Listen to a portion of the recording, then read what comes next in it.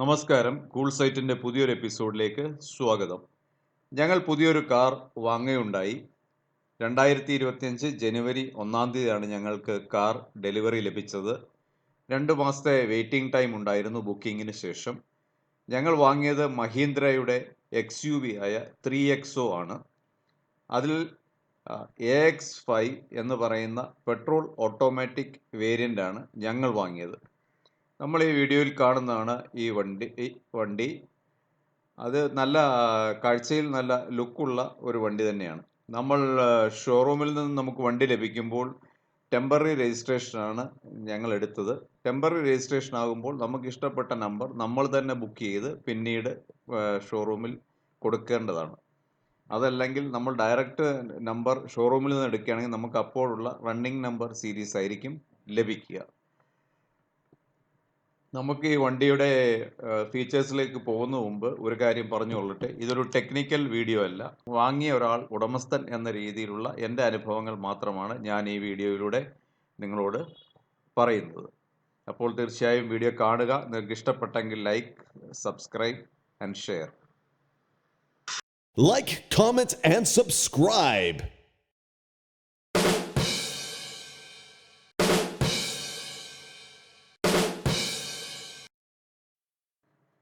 നമ്മൾ ഷോറൂമിൽ നിന്നും വണ്ടി എടുത്ത ശേഷം ആറ്റുകാൽ ക്ഷേത്രത്തിൽ കൊണ്ടുപോയി പൂജിച്ച ശേഷമാണ് പിന്നീട് റോഡിലേക്ക് ഇറക്കുന്നത്. ഈ AX5 എന്ന് പറയുന്ന വേരിയൻ്റാണ് ഇതിലെ വാല്യൂ ഫോർ മണി വേരിയൻ്റ് ആയിട്ട് പറയുന്നത്. ചില പ്രീമിയം ഫീച്ചേഴ്സ് ഇതിൻ്റെ കൂടെ തന്നെ ലഭിക്കുന്നത് കൊണ്ടാണ് അങ്ങനെ പറയുന്നത്. ഈ വണ്ടി 7 കളറുകളിൽ ലഭിക്കുന്നതാണ്. നമ്മളുടെ വണ്ടിയുടെ കളർ കൂടാതെ വേറെ 6 കളറുകൾ കൂടി വണ്ടിക്കുണ്ട്. അത് പ്രധാനമായിട്ട് വൈറ്റ്, അതായത് എവറസ്റ്റ് വൈറ്റ് എന്നുള്ള കളർ, ടാങ്കോ റെഡ് എന്നുള്ള ചുവപ്പ് കളർ, പിന്നെ സിട്രിൻ യെല്ലോ ഏറെക്കുറെ നാരങ്ങയുടെ ഒരു കളർ, പിന്നെ സ്റ്റെൽത്ത് ബ്ലാക്ക് അതായത് ബ്ലാക്ക്, ഡീപ്പ് ഫോറസ്റ്റ് അതായത് കടും പച്ച എന്ന് പറയാം, പക്ഷെ ബ്ലാക്ക് പോലെ തന്നെ ഇരിക്കും ബ്ലാക്ക്, പിന്നെ ഗ്രേ കളർ ഈ ഫോട്ടോയിൽ കാണുന്ന പോലെ തന്നെ, നെബുല ബ്ലൂ. നമ്മുടെ വണ്ടി നെബുല ബ്ലൂ ആണ്. ഈ വണ്ടി ഇപ്പോൾ ഓടി വരുന്നത് നമുക്ക് കാണാം. ഈ വണ്ടി ദൂരെ നിന്ന് നോക്കുമ്പോൾ ഒരു ബ്ലാക്ക് വണ്ടിയായിട്ട് നമുക്ക് തോന്നുകയുള്ളൂ. ഞാൻ അവസാനം പറഞ്ഞ 4 കളറുകൾ ഏറെക്കുറെ ഒരുപോലെയാണ്. ബ്ലാക്കിൻ്റെ ഒരു വേരിയൻ്റ് ആയിട്ടാണ് നമുക്ക് കാഴ്ചയിൽ തോന്നുന്നത്. എന്നാൽ വളരെ അടുത്ത് ചെന്ന് നല്ല വെളിച്ചത്തിൽ നോക്കിയെങ്കിൽ മാത്രമേ ഇത് ബ്ലൂ ആണെന്ന് പറയാൻ പറ്റുകയുള്ളൂ. അത് ഈ കളറിൻ്റെ ഒരു ഡ്രോബാക്കായിട്ട് എനിക്ക് തോന്നുന്നു. മഹീന്ദ്രയുടെ വണ്ടികൾക്ക് കൊടുത്ത കളറിലെ ഈ അവസാനം പറഞ്ഞ 4 കളറും ഏറെക്കുറെ ഡാർക്ക് തന്നെയാണ്. ഇവ വളരെ അടുത്ത് നോക്കിയെങ്കിൽ മാത്രമേ നമുക്ക് അതിൻ്റെ കറക്റ്റ് കളർ മനസ്സിലാവുകയുള്ളൂ. ഇതാണ് നമ്മളുടെ വണ്ടി. ഈ വണ്ടിയുടെ ബിൽറ്റ് ഇൻ ഫീച്ചർ, അതായത് AX5 എന്നുള്ള വേരിയൻ്റ് എടുക്കുമ്പോൾ നമുക്ക് ചില ഫീച്ചറുകൾ ഇതിൻ്റെ കൂടെ ലഭിക്കുന്നുണ്ട്, പ്രീമിയം ഫീച്ചറുകൾ. ഇപ്പോൾ നമ്മളുള്ളത് തിരുവനന്തപുരത്ത് എയർപോർട്ട് റോഡിലാണുള്ളത്. ഇതിൻ്റെ മുകളിൽ കാണുന്ന ഇതിൻ്റെ ഇപ്പോൾ നിങ്ങൾക്കൊരു നീല ഫീൽ ചെയ്യുന്നു എന്ന് തോന്നുന്നു. കാരണം ഇപ്പോൾ നല്ല വെയിലുള്ള ഒരു സ്ഥലത്താണ് വണ്ടി പാർക്ക് ചെയ്തിരിക്കുന്നത്.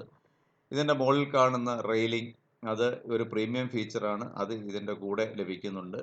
പിന്നീട് ഇതിൻ്റെ ബാക്കിൽ കാണുന്ന വൈപ്പർ അതും ഒരു പ്രീമിയം ഫീച്ചറാണെങ്കിലും ഈ ഒരു വേരിയൻറ്റിലെ ബിൽറ്റ് ഇൻ ഫീച്ചറായിട്ടാണ് ലഭിക്കുന്നത്.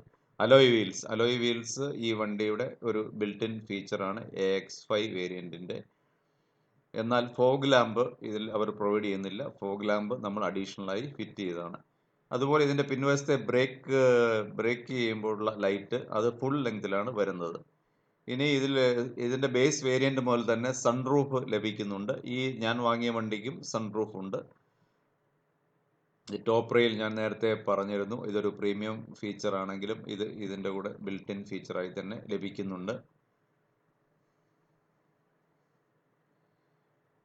ഇതിൻ്റെ വൈപ്പർ, ബാക്ക് സൈഡിലുള്ള വൈപ്പർ, ഇതും AX5 എന്നുള്ള വേരിയൻറ്റിൻ്റെ ഒരു ബിൽറ്റ് ഇൻ ഫീച്ചറായി ലഭിക്കുന്നുണ്ട്. പിന്നീട് അലോയ് വീൽസ്, 16 ഇഞ്ചിൻ്റെ അലോയ് വീൽസ് ആണ് ഈ വണ്ടിക്ക് ബിൽറ്റ് ഇൻ ഫീച്ചറായി ലഭിക്കുന്നത്. ഈ ഒരു വേരിയൻറ്റിനാണ് ലഭിക്കുന്നത്. AX5 എന്നുള്ള വേരിയൻറ്റിൻ്റെ കാര്യമാണ് ഞാൻ പറയുന്നത്. പിന്നെ അതേപോലെ റിവേഴ്സ് ക്യാമറയും ഇതിൻ്റെ തന്നെ ഒരു ബിൽറ്റ് ഇൻ ഫീച്ചറാണ്. റിവേഴ്സ് ക്യാമറ മാത്രമേ ഉള്ളൂ ഈ വണ്ടിയിൽ ഉള്ളത്. നമ്മൾ ചില ഫീച്ചേഴ്സ് നമ്മൾ ആക്സസറീസ് ആയിട്ട് എടുത്തിരുന്നു. അതിലൊന്നാണ് അണ്ടർ കോട്ടിംഗ്. കാരണം വണ്ടിയുടെ ഒരു പ്രൊട്ടക്ഷന് വേണ്ടി അടിയിൽ നമ്മൾ റസ്റ്റ് പ്രൂഫ് കോട്ടിംഗ് ചെയ്യുന്നുണ്ട്. ഇത് കൂടാതെ 4 സൈഡിലെയും ഡോറിൻ്റെ സൈഡുകൾ നമ്മൾ റെയിൻ ഗാർഡ് വെച്ചിരുന്നു. പിന്നെ മൂന്നാമതായി നമ്മൾ വാങ്ങിച്ചൊരു ഐറ്റമാണ് ഈ കാണുന്ന സിൽവർ പോലെയുള്ള, ഇതിൻ്റെ പേര് എനിക്കറിയത്തില്ല, എങ്കിലും അത് വെക്കുമ്പോൾ ഒരു ലുക്ക് കിട്ടുന്നുണ്ട്. പിന്നെ അത് കഴിഞ്ഞിട്ട് ലഗേജ് ബോർഡ്, ബാക്കിലെ ഡിക്കിയിലുള്ള ലഗേജ് ബോർഡ്, അതും എക്സ്ട്രാ ആയിട്ട് നമ്മൾ പൈസ കൊടുത്തതാണ്. പിന്നീട് നമുക്ക് ചാരിയിരിക്കാനുള്ള ഈ ഒരു ബട്ടർഫ്ലൈ ഷേപ്പിലുള്ള പില്ലോ, അതിൻ്റെ കൂടെ തന്നെ 2 എക്സ്ട്രാ പില്ലോകൾ, ഈ പുറകിൽ വെച്ചിരിക്കുന്ന 2 പില്ലോകൾ, പിന്നെ ഒരു ടിഷ്യൂ ബോക്സ്. ഇത് ഒരു ഐറ്റമാണ്, എക്സ്ട്രാ ഐറ്റമായി നമ്മൾ വാങ്ങിച്ചതാണ്. അതുപോലെ നമ്മുടെ സീറ്റ് ബെൽറ്റിലുള്ള ഈ ഒരു കുഷൻ, അതും എക്സ്ട്രാ ആയി നമ്മൾ പൈസ കൊടുത്ത് വാങ്ങിയതാണ്. ഈ നെറ്റുകൾ നമ്മൾ ആക്സസറീസ് ആയിട്ട് വാങ്ങിയതാണ്. 4 ഡോറിലും ഇതുപോലെയുള്ള മാഗ്നറ്റിക് നെറ്റുകളുണ്ട്. അത് നമുക്ക് മാഗ്നറ്റ് ആയതുകൊണ്ട് ജസ്റ്റ് അതിലേക്ക് വെച്ച് കഴിഞ്ഞാൽ അത് അവിടെ പിടിച്ചിരിക്കുന്നതാണ്. പിന്നെ നമ്മൾ വാങ്ങിച്ച മറ്റൊരു എക്സ്ട്രാ ഫീച്ചറാണ് ഈ ഫ്ലോർ മാറ്റുകൾ. ഫ്ലോർ മാറ്റുകൾ ഇത് ഇളക്കി ക്ലീൻ ചെയ്യാവുന്ന രീതിയിലുള്ള ഫ്ലോർ മാറ്റുകളാണ് ഇവ. ഫിക്സഡ് അല്ല, അതുകൊണ്ട് നമുക്ക് ക്ലീൻ ചെയ്യാനുള്ള ഒരു സൗകര്യം ഇതിനുണ്ട്. അപ്പോൾ ഇതും നമ്മൾ എക്സ്ട്രാ ആക്സസറി ആയിട്ട് വാങ്ങിയതാണ്. ഇത് ഡ്രൈവർ സൈഡിലുള്ള ഡോർ മാറ്റാണ്, അതിൽ സ്പെഷ്യൽ ഫിറ്റിങ്ങുകളുണ്ട്. പിന്നീട് നമ്മൾ ഫോഗ് ലാമ്പും എക്സ്ട്രാ ആയിട്ട് നമ്മൾ ഫിറ്റ് ചെയ്യിച്ചതാണ്. അത് ഇതിനകത്ത് കാണാവുന്നതാണ്. അപ്പോൾ ഈ എക്സ്ട്രാ ആക്സസറീസിനെല്ലാം കൂടി നമുക്ക് 40,000 രൂപയാണ് ചിലവായത്. ചെറിയൊരു ഡിസ്കൗണ്ട് നമുക്ക് ലഭിച്ചിരുന്നു എങ്കിലും.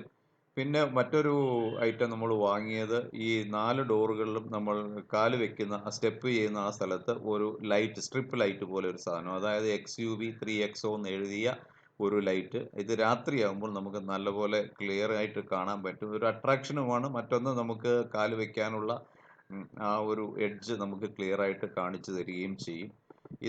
ഇത് അത്യാവശ്യ ഫീച്ചറായിട്ട് എനിക്ക് തോന്നിയില്ല, എങ്കിലും നമുക്ക് ആവശ്യമുണ്ടെങ്കിൽ വെക്കാവുന്നതാണ്. ഈ ഇത്രയും ഐറ്റംസ് നമ്മൾ ആക്സസറീസ് ആയി വാങ്ങിച്ചതിന് 40,000 രൂപയാണ് അവരുടെ ബിൽ വന്നത്. അതിൽ ചെറിയൊരു ഡിസ്കൗണ്ട് നമുക്ക് തന്നിരുന്നു. ഇതിൽ ബാക്കി എല്ലാ ഐറ്റംസും നമുക്ക് അത്യാവശ്യമായി വേണ്ടത് തന്നെയാണ്. ഈ ഒരു ഐറ്റം വേണമെങ്കിൽ നമുക്ക് ഒഴിവാക്കാവുന്നതാണ്. അപ്പോൾ നമ്മൾ ഇതെല്ലാം ഷോറൂമിൽ നിന്ന് ചെയ്ത് തന്നെയാണ് വണ്ടി ഡെലിവറി എടുത്തത്. ഇനി നമ്മൾക്ക് വണ്ടിയുടെ ഒരു ഡീറ്റെയിൽസിലേക്ക് പോകാം. ഇതാണ് ഇതിൻ്റെ ഡിക്കി സ്പേസ്. ഈ കാണുന്ന നല്ല വലിയ ഡിക്കി സ്പേസ് ഈ വണ്ടിക്കുണ്ട്. അത്യാവശ്യം കാര്യങ്ങളൊക്കെ വെക്കാനുണ്ട്. എന്നാൽ ഈ ലഗേജ് ബോർഡ് നമുക്ക് കിട്ടുന്നതല്ല, നമ്മൾ പൈസ കൊടുത്ത് വാങ്ങിക്കണം. ഇത് സ്റ്റെപ്പിനിയാണ്. ഈ സ്റ്റെപ്പിനിയുടെ ടയർ അലോയ് വീലല്ല, നോർമൽ വീലാണ്. അപ്പോൾ നമുക്ക് ടെമ്പററി യൂസിന് വേണ്ടി മാത്രമേ അത് ഉപയോഗിക്കുന്നതിന് അഡ്വൈസ് ചെയ്യുന്നുള്ളൂ.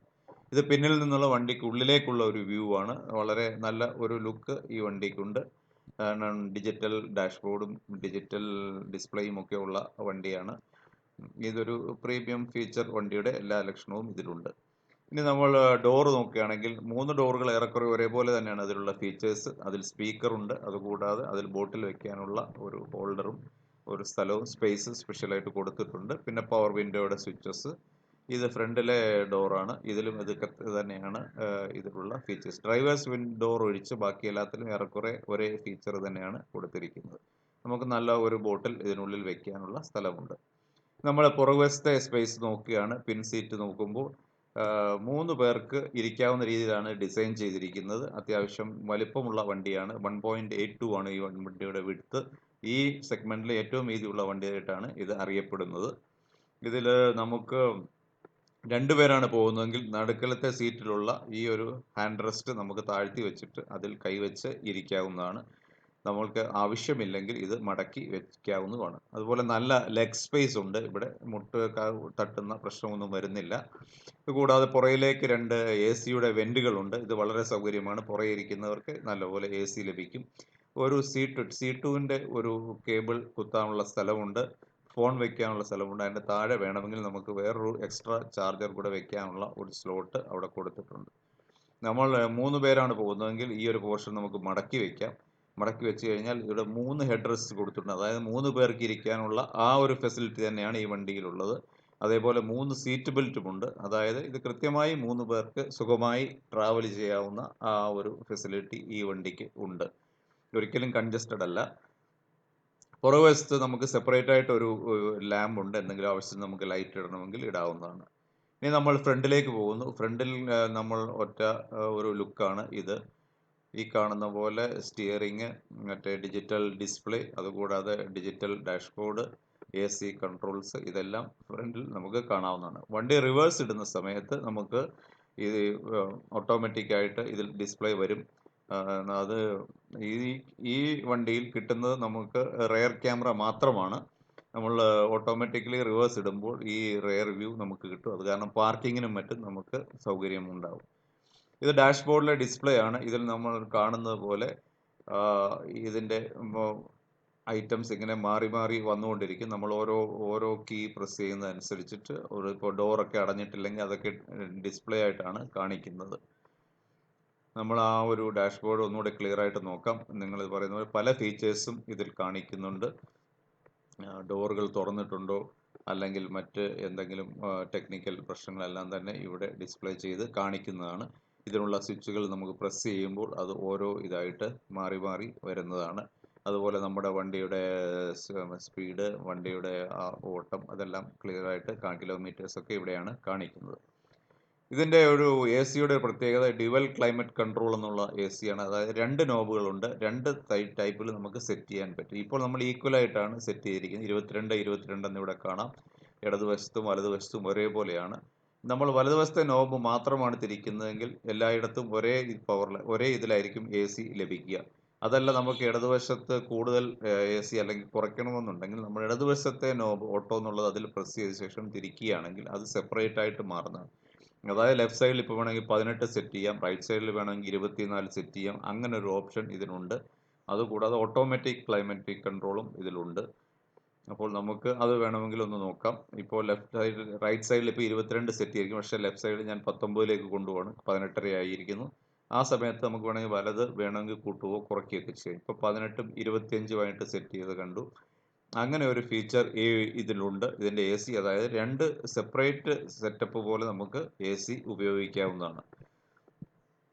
പിന്നീട് നമ്മൾ നോക്കുമ്പോൾ ഇവിടെ ഒരു വയർലെസ് ചാർജർ കൊടുത്തിട്ടുണ്ട്. ഗിയർ ബോക്സിന് തൊട്ട് മുന്നിലായിട്ട് ഒരു വയർലെസ് ചാർജർ ഉണ്ട്. അവിടെ നമ്മളുടെ മൊബൈൽ അത് സപ്പോർട്ട് ചെയ്യുന്നുണ്ടെങ്കിൽ നമ്മുടെ മൊബൈൽ അവിടെ വെച്ചാൽ മതി, ഓട്ടോമാറ്റിക്കലി അത് ചാർജ് ആയിക്കൊണ്ടിരിക്കും.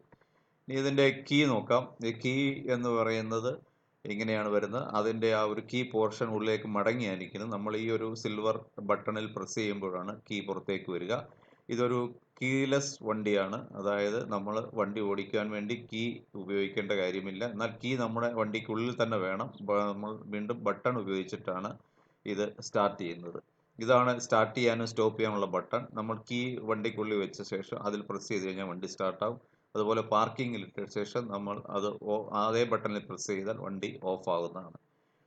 ഇനിയിപ്പോൾ ഗിയർ ബോക്സിലേക്ക് നോക്കാം. ഗിയർ ബോക്സിന് തൊട്ട് മുന്നിൽ ഞാൻ പറഞ്ഞ വയർലെസ് ചാർജർ കാണാം. അത് ഗിയർ ബോക്സിൽ കാണുമ്പോൾ പാർക്കിംഗ്, റെയർ, ന്യൂട്രൽ, ഡ്രൈവ് എന്നീ 4 മോഡുകൾ ഇതിലുണ്ട്. ഇത് കൂടാതെ നമ്മൾ ലെഫ്റ്റിലേക്ക് തിരിക്കുകയാണെങ്കിൽ ഇത് മാനുവലായിട്ടും നമുക്ക് ഉപയോഗിക്കാവുന്നതാണ്. അപ്പോൾ നമ്മൾ പ്രസ് ചെയ്യണമെങ്കിൽ ഇതിൻ്റെ ഫ്രണ്ടിൽ ഒരു ചെറിയൊരു നോബുണ്ട്. ആ നോബിൽ പ്രസ് ചെയ്ത ശേഷം വേണം നമ്മൾ ഗിയർ മുന്നേക്കും പിന്നിലേക്കും ഒക്കെ നീക്കുവാനായിട്ടുള്ളത്. ഇപ്പോൾ നമുക്ക് ആ ഗിയർ ഒന്ന് നോക്കാം. ആ സമയത്ത് നമ്മുടെ ഡിസ്പ്ലേയിൽ അതിനനുസരിച്ച് അതിൻ്റെ ഒരു വ്യത്യാസം കാണിക്കുക. ഏത് മോഡിലാണെന്നുള്ളത് നമുക്ക് ഡിസ്പ്ലേയിൽ കാണാവുന്നതാണ്. ഇപ്പോൾ നമ്മൾ പാർക്കിങ്ങിലാണ് P എന്ന് കാണിക്കുന്നത്. റൈറ്റ് സൈഡിൽ നോക്കുക, അവിടെ P എന്ന് കാണുന്നുണ്ട്.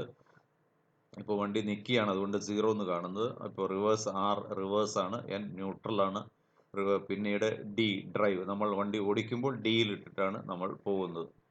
ഇത് കൂടാതെ തന്നെ നമുക്ക് മാനുവലായിട്ട് വേണമെങ്കിലും ഇത് ചെയ്യാവുന്നതാണ്. ഇപ്പോൾ ലെഫ്റ്റിലേക്ക് മാറ്റി കഴിയുമ്പോൾ ഈ വണ്ടി ഇപ്പോൾ 1, അതായത് ഗിയർ 1 എന്ന് കാണിക്കും. അല്ലെങ്കിൽ നമ്മൾ D എന്ന് മാത്രമേ കാണിക്കുകയുള്ളൂ. ഇനിയിപ്പോൾ നമ്മൾ തിരിച്ച് വീണ്ടും വണ്ടി സ്പീഡിൽ ഓടിക്കുകയാണെങ്കിൽ ഓട്ടോമാറ്റിക്കലി ഇപ്പോൾ വണ്ടി പോവുകയാണ്. ഇപ്പോൾ ഒരു 7 കിലോമീറ്റർ സ്പീഡായി. 8, 10, 12 കിലോമീറ്റർ ആയപ്പോഴേക്ക് സെക്കൻഡ് ഗിയറിലേക്ക് പോയി. വീണ്ടും അതൊരു 28 കിലോമീറ്റർ സ്പീഡിലേക്ക് പോയപ്പോൾ അത് തേർഡ് ഗിയറിലേക്ക് പോയി. അങ്ങനെ വേണമെങ്കിൽ നമുക്ക് മാനുവലായിട്ട് വേണമെങ്കിലും ഉപയോഗിക്കാവുന്നതാണ്. പിന്നെ ഇതിൻ്റെ 3 എൻജിൻ മോഡുകളുണ്ട്. അതായത് സിപ്പ്, സാപ്പ്, സൂം എന്നിങ്ങനെയാണ് ഇതിൻ്റെ 3 വേരിയൻറ്റുകളുള്ളത്. സിപ്പ് എന്ന് പറയുന്നത് നമുക്ക് സിറ്റിക്കുള്ളിൽ ഓടിക്കാൻ വേണ്ടി, അതനുസരിച്ചുള്ള ഒരു ടെറൈൻ്റെ പടവും അതിൽ കാണിക്കുന്നുണ്ട്. സാപ്പ് എന്ന് പറയുന്നത് നമുക്ക് ലോങ് ഡ്രൈവിൽ പോകുമ്പോഴാണ്. പിന്നെ സൂം എന്ന് പറയുന്നത് നമുക്കിപ്പോൾ ഇൻ കേസ് വല്ല കയറ്റങ്ങളും അങ്ങനെയുള്ള ഹൈ റേഞ്ച് സ്ഥലങ്ങളിലൊക്കെ പോകണമെന്നുണ്ടെങ്കിൽ അവിടെ നമുക്ക് സൂം ഉപയോഗിക്കാം. അപ്പോൾ എഞ്ചിന് കൂടുതൽ പവർ കിട്ടുന്നതായിരിക്കും. അപ്പോൾ സിപ്പ്, സാപ്പ്, സൂം എന്നുള്ള 3 അതിനനുസരിച്ച് നമ്മുടെ ഫ്യൂവൽ എഫിഷ്യൻസി വ്യത്യാസം വരും. നമ്മൾ സിറ്റിയിലൊക്കെ ഓടിക്കുകയാണെങ്കിൽ സിപ്പാണ് ഉപയോഗിക്കേണ്ടത്. ലോങ് ഡ്രൈവിൽ പോകുമ്പോൾ സൂം ഉപയോഗിക്കുക. കയറ്റമോ മറ്റോ അല്ലെങ്കിൽ അങ്ങനെയുള്ള ഒരു ടെറൈനിലേക്ക് പോകുമ്പോൾ സൂം ഉപയോഗിക്കാവുന്നതാണ്. അത് മാറുന്നതനുസരിച്ച് നമ്മുടെ ഡാഷ്ബോർഡിലും ഇതിനുള്ള ആ ഇത് കാണിക്കുന്നതായിരിക്കും. പിന്നീട് ഇതിൻ്റെ ആ ഡിജിറ്റൽ ഡിസ്പ്ലേയിലേക്ക് വരുമ്പോൾ ഇതിൽ കുറേയധികം ഫീച്ചേഴ്സ് ഉണ്ട്. അത് ഇപ്പോഴും നമ്മൾ ഫുള്ളായിട്ട് മനസ്സിലാക്കിയിട്ടില്ല. അതിൽ പ്രധാനപ്പെട്ട കാര്യങ്ങൾ മാത്രമേ നമുക്കിപ്പോഴും അറിയുകയുള്ളൂ. ഇനി അത് കൂടുതലായിട്ട് അറിയേണ്ടിയിരിക്കുന്നു. ഇതിൽ ഓപ്ഷൻസ് ഉണ്ട്. സാധാരണ നമ്മൾ ഒരു ലാപ്ടോപ്പിലൊക്കെ കാണുന്ന പോലെ അല്ലെങ്കിൽ മൊബൈലുള്ള പോലെ ഓപ്ഷൻ ഉണ്ട്. ഇതിൽ തന്നെ ആൻഡ്രോയിഡ് കണക്ട് ചെയ്യാനുള്ള ഒരു ഓപ്ഷൻ ഉണ്ട്. അതുപോലെ നമ്മുടെ ഐഫോൺ കണക്ട് ചെയ്യാനുള്ള ഓപ്ഷൻ ഉണ്ട്. ഇവിടെ കണ്ടു ആപ്പിൾ കാർപ്ലേ എന്ന് കണ്ടു കാണും. അപ്പോൾ അത് ആപ്പിളിന് വേണ്ടിയുള്ളതാണ്. നമ്മളുടെ ആൻഡ്രോയിഡ് ഫോൺ ആയതുകൊണ്ട് ആൻഡ്രോയിഡിലേക്ക് കണക്ട് ചെയ്യുന്നു. ബ്ലൂടൂത്ത് വഴിയാണ് കണക്റ്റ് ആകുന്നത്. അതിനുശേഷം ഇപ്പോൾ ഒരു മൊബൈൽ നമ്മൾ ഇതിലേക്ക് കണക്ട് ചെയ്ത് നോക്കുകയാണ്. ഇത് നല്ല ഒരു ഫീച്ചറാണ്. നമ്മളുടെ മൊബൈലിലെ കാര്യങ്ങൾ നമ്മളത് മൊബൈലുമായിട്ട് കൺട്രോൾ ആകും. ഇതിനുള്ളിൽ തന്നെ ഒരു സിം കാർഡ് ഉണ്ടെന്നാണ് ഞാൻ അറിയുന്നത്. അത് വെച്ചിട്ടാണ് ഇത് ഓൾറെഡി ഇതിലേക്ക് ഇൻ്റർനെറ്റ് വരുന്നുണ്ട്. അത് തമ്മിൽ കണക്റ്റ് ആകുന്നത്. ഇപ്പോൾ ഇതിൽ പല ഓപ്ഷൻസ് ഉണ്ട്. ഇപ്പം നമ്മൾ മാപ്സ് എന്നുള്ള ഓപ്ഷനിലേക്ക് പോയി നോക്കുകയാണ്. അപ്പോൾ നമ്മൾ എവിടെ നിന്ന് എവിടേക്ക് പോകണം എന്നുള്ളത് ഇവിടെ ഹോമിൽ നിന്നും ഞങ്ങളൊരു സ്ഥലം ഇതിലേക്ക് ഇട്ടു. അപ്പോൾ അതനുസരിച്ച് അതിൻ്റെ മാപ്പ് ഇതിൽ ഡിസ്പ്ലേ ആവും. നമ്മളത് വണ്ടി ഓടുമ്പോൾ തന്നെ അത് ക്രൂയിസിങ് നമുക്ക് മനസ്സിലാവും ഇതുവഴിയാണ് ഗൂഗിൾ മാപ്പ് കൊണ്ടുപോകുന്നുള്ളത്. ഇപ്പോൾ കാണും ഇടതുവശത്ത് മാപ്പ് വന്നു. ഇനി അത് ഫുൾ സ്ക്രീൻ ആക്കാനുള്ള ഓപ്ഷൻ ഉണ്ട്. അങ്ങനെയൊക്കെ നമ്മൾക്ക് ഇത് വളരെ ഹെൽപ്ഫുള്ളാണ്. കാരണം ആ സമയത്ത് നമുക്ക് മൊബൈൽ ഉപയോഗിക്കേണ്ട കാര്യമില്ല. അതേപോലെ നമ്മുടെ ഫോൺ കോളും ഇതിലേക്ക് തന്നെ വരും. ആ ഫോൺ കോൾ നമുക്ക് അറ്റൻഡ് ചെയ്യാനുള്ള ഒരു ഓപ്ഷനും ഇതിനകത്ത് ഉണ്ട്. അത് നമ്മളുടെ പ്രൈവസി അനുസരിച്ചിരിക്കും. ഇനി ഫ്രണ്ടിലേക്ക് നോക്കുമ്പോൾ ഇവിടെ ഒരു സ്റ്റോറേജ് സ്പേസ് ഉണ്ട്. നമ്മുടെ അത്യാവശ്യം ബുക്ക്ലെറ്റും കാര്യങ്ങളൊക്കെ വെക്കാവുന്ന രീതിയിലുള്ള എല്ലാ കാറിലും ഉള്ള ഒരു സ്പേസ് ആണത്. പിന്നീട് ഇവിടെ AC വെൻറ്റുകളുണ്ട്. എല്ലാ 4 ഡോറിലും സ്പീക്കറിൻ്റെ ഓപ്ഷൻ ഉണ്ട്. ഇവിടെ ലെഫ്റ്റ് സൈഡിലെ ഡോറിൽ നമ്മൾ ഒരു ബോട്ടിൽ വെച്ച് നോക്കുകയാണ്. ഇവിടെ ബോട്ടിൽ വെക്കുവാനുള്ള ഓപ്ഷൻ ക്ലിയർ ആയിട്ട് ഉണ്ട്. പിന്നീട് ഇത് സ്ത്രീകൾക്ക് ഇഷ്ടപ്പെടുന്ന ഒരു കാര്യമാണ്. ഇത് നമ്മൾ ഇവിടെ ഒരു മിററുണ്ട്. അവർക്ക് വണ്ടിയിലിരുന്ന് മേക്കപ്പും കാര്യങ്ങളൊക്കെ ചെയ്യണമെങ്കിൽ സൗകര്യമുണ്ട്. അതിന് പറ്റിയ ഒരു ലൈറ്റും മുകളിൽ കൊടുത്തിട്ടുണ്ട്. അപ്പോൾ അത് പെണ്ണുങ്ങൾക്ക് ഇഷ്ടപ്പെടും. ഇത് ആണുങ്ങൾക്ക് ഇഷ്ടപ്പെടുന്ന നമ്മളുടെ സൺഗ്ലാസുകളും മറ്റും വെക്കാനുള്ള ഓപ്ഷൻ ഇവിടെയുണ്ട്. അപ്പോൾ അതിനുള്ളൊരു ഹോൾഡറാണ്. പിന്നീട് ലൈറ്റ് 2 ലൈറ്റും ഉണ്ട്. ലൈറ്റ് വേണമെങ്കിൽ നമുക്ക് ഉപയോഗിക്കാവുന്നതാണ്. പിന്നീട് നമ്മൾ ഡ്രൈവർ സൈഡിലെ ഡോറിലേക്ക് വരുമ്പോഴുള്ള കുറേ സ്വിച്ചുകളുണ്ട്. ഇത് മെയിനായിട്ട് നമ്മൾ ഉപയോഗിക്കുന്നത് മിറർ കൺട്രോളിനും പിന്നെ അല്ലാതെയുള്ള സാധാരണ പോലെ പവർ വിൻഡോയ്ക്കും വേണ്ടിയുള്ളതാണ്. ഇപ്പോൾ പവർ വിൻഡോ നമ്മൾ ഓപ്പറേറ്റ് ചെയ്ത് നോക്കുകയാണ്. അത് എല്ലാവർക്കും പരിചയമുള്ള ഒരു സാധനമാണ്.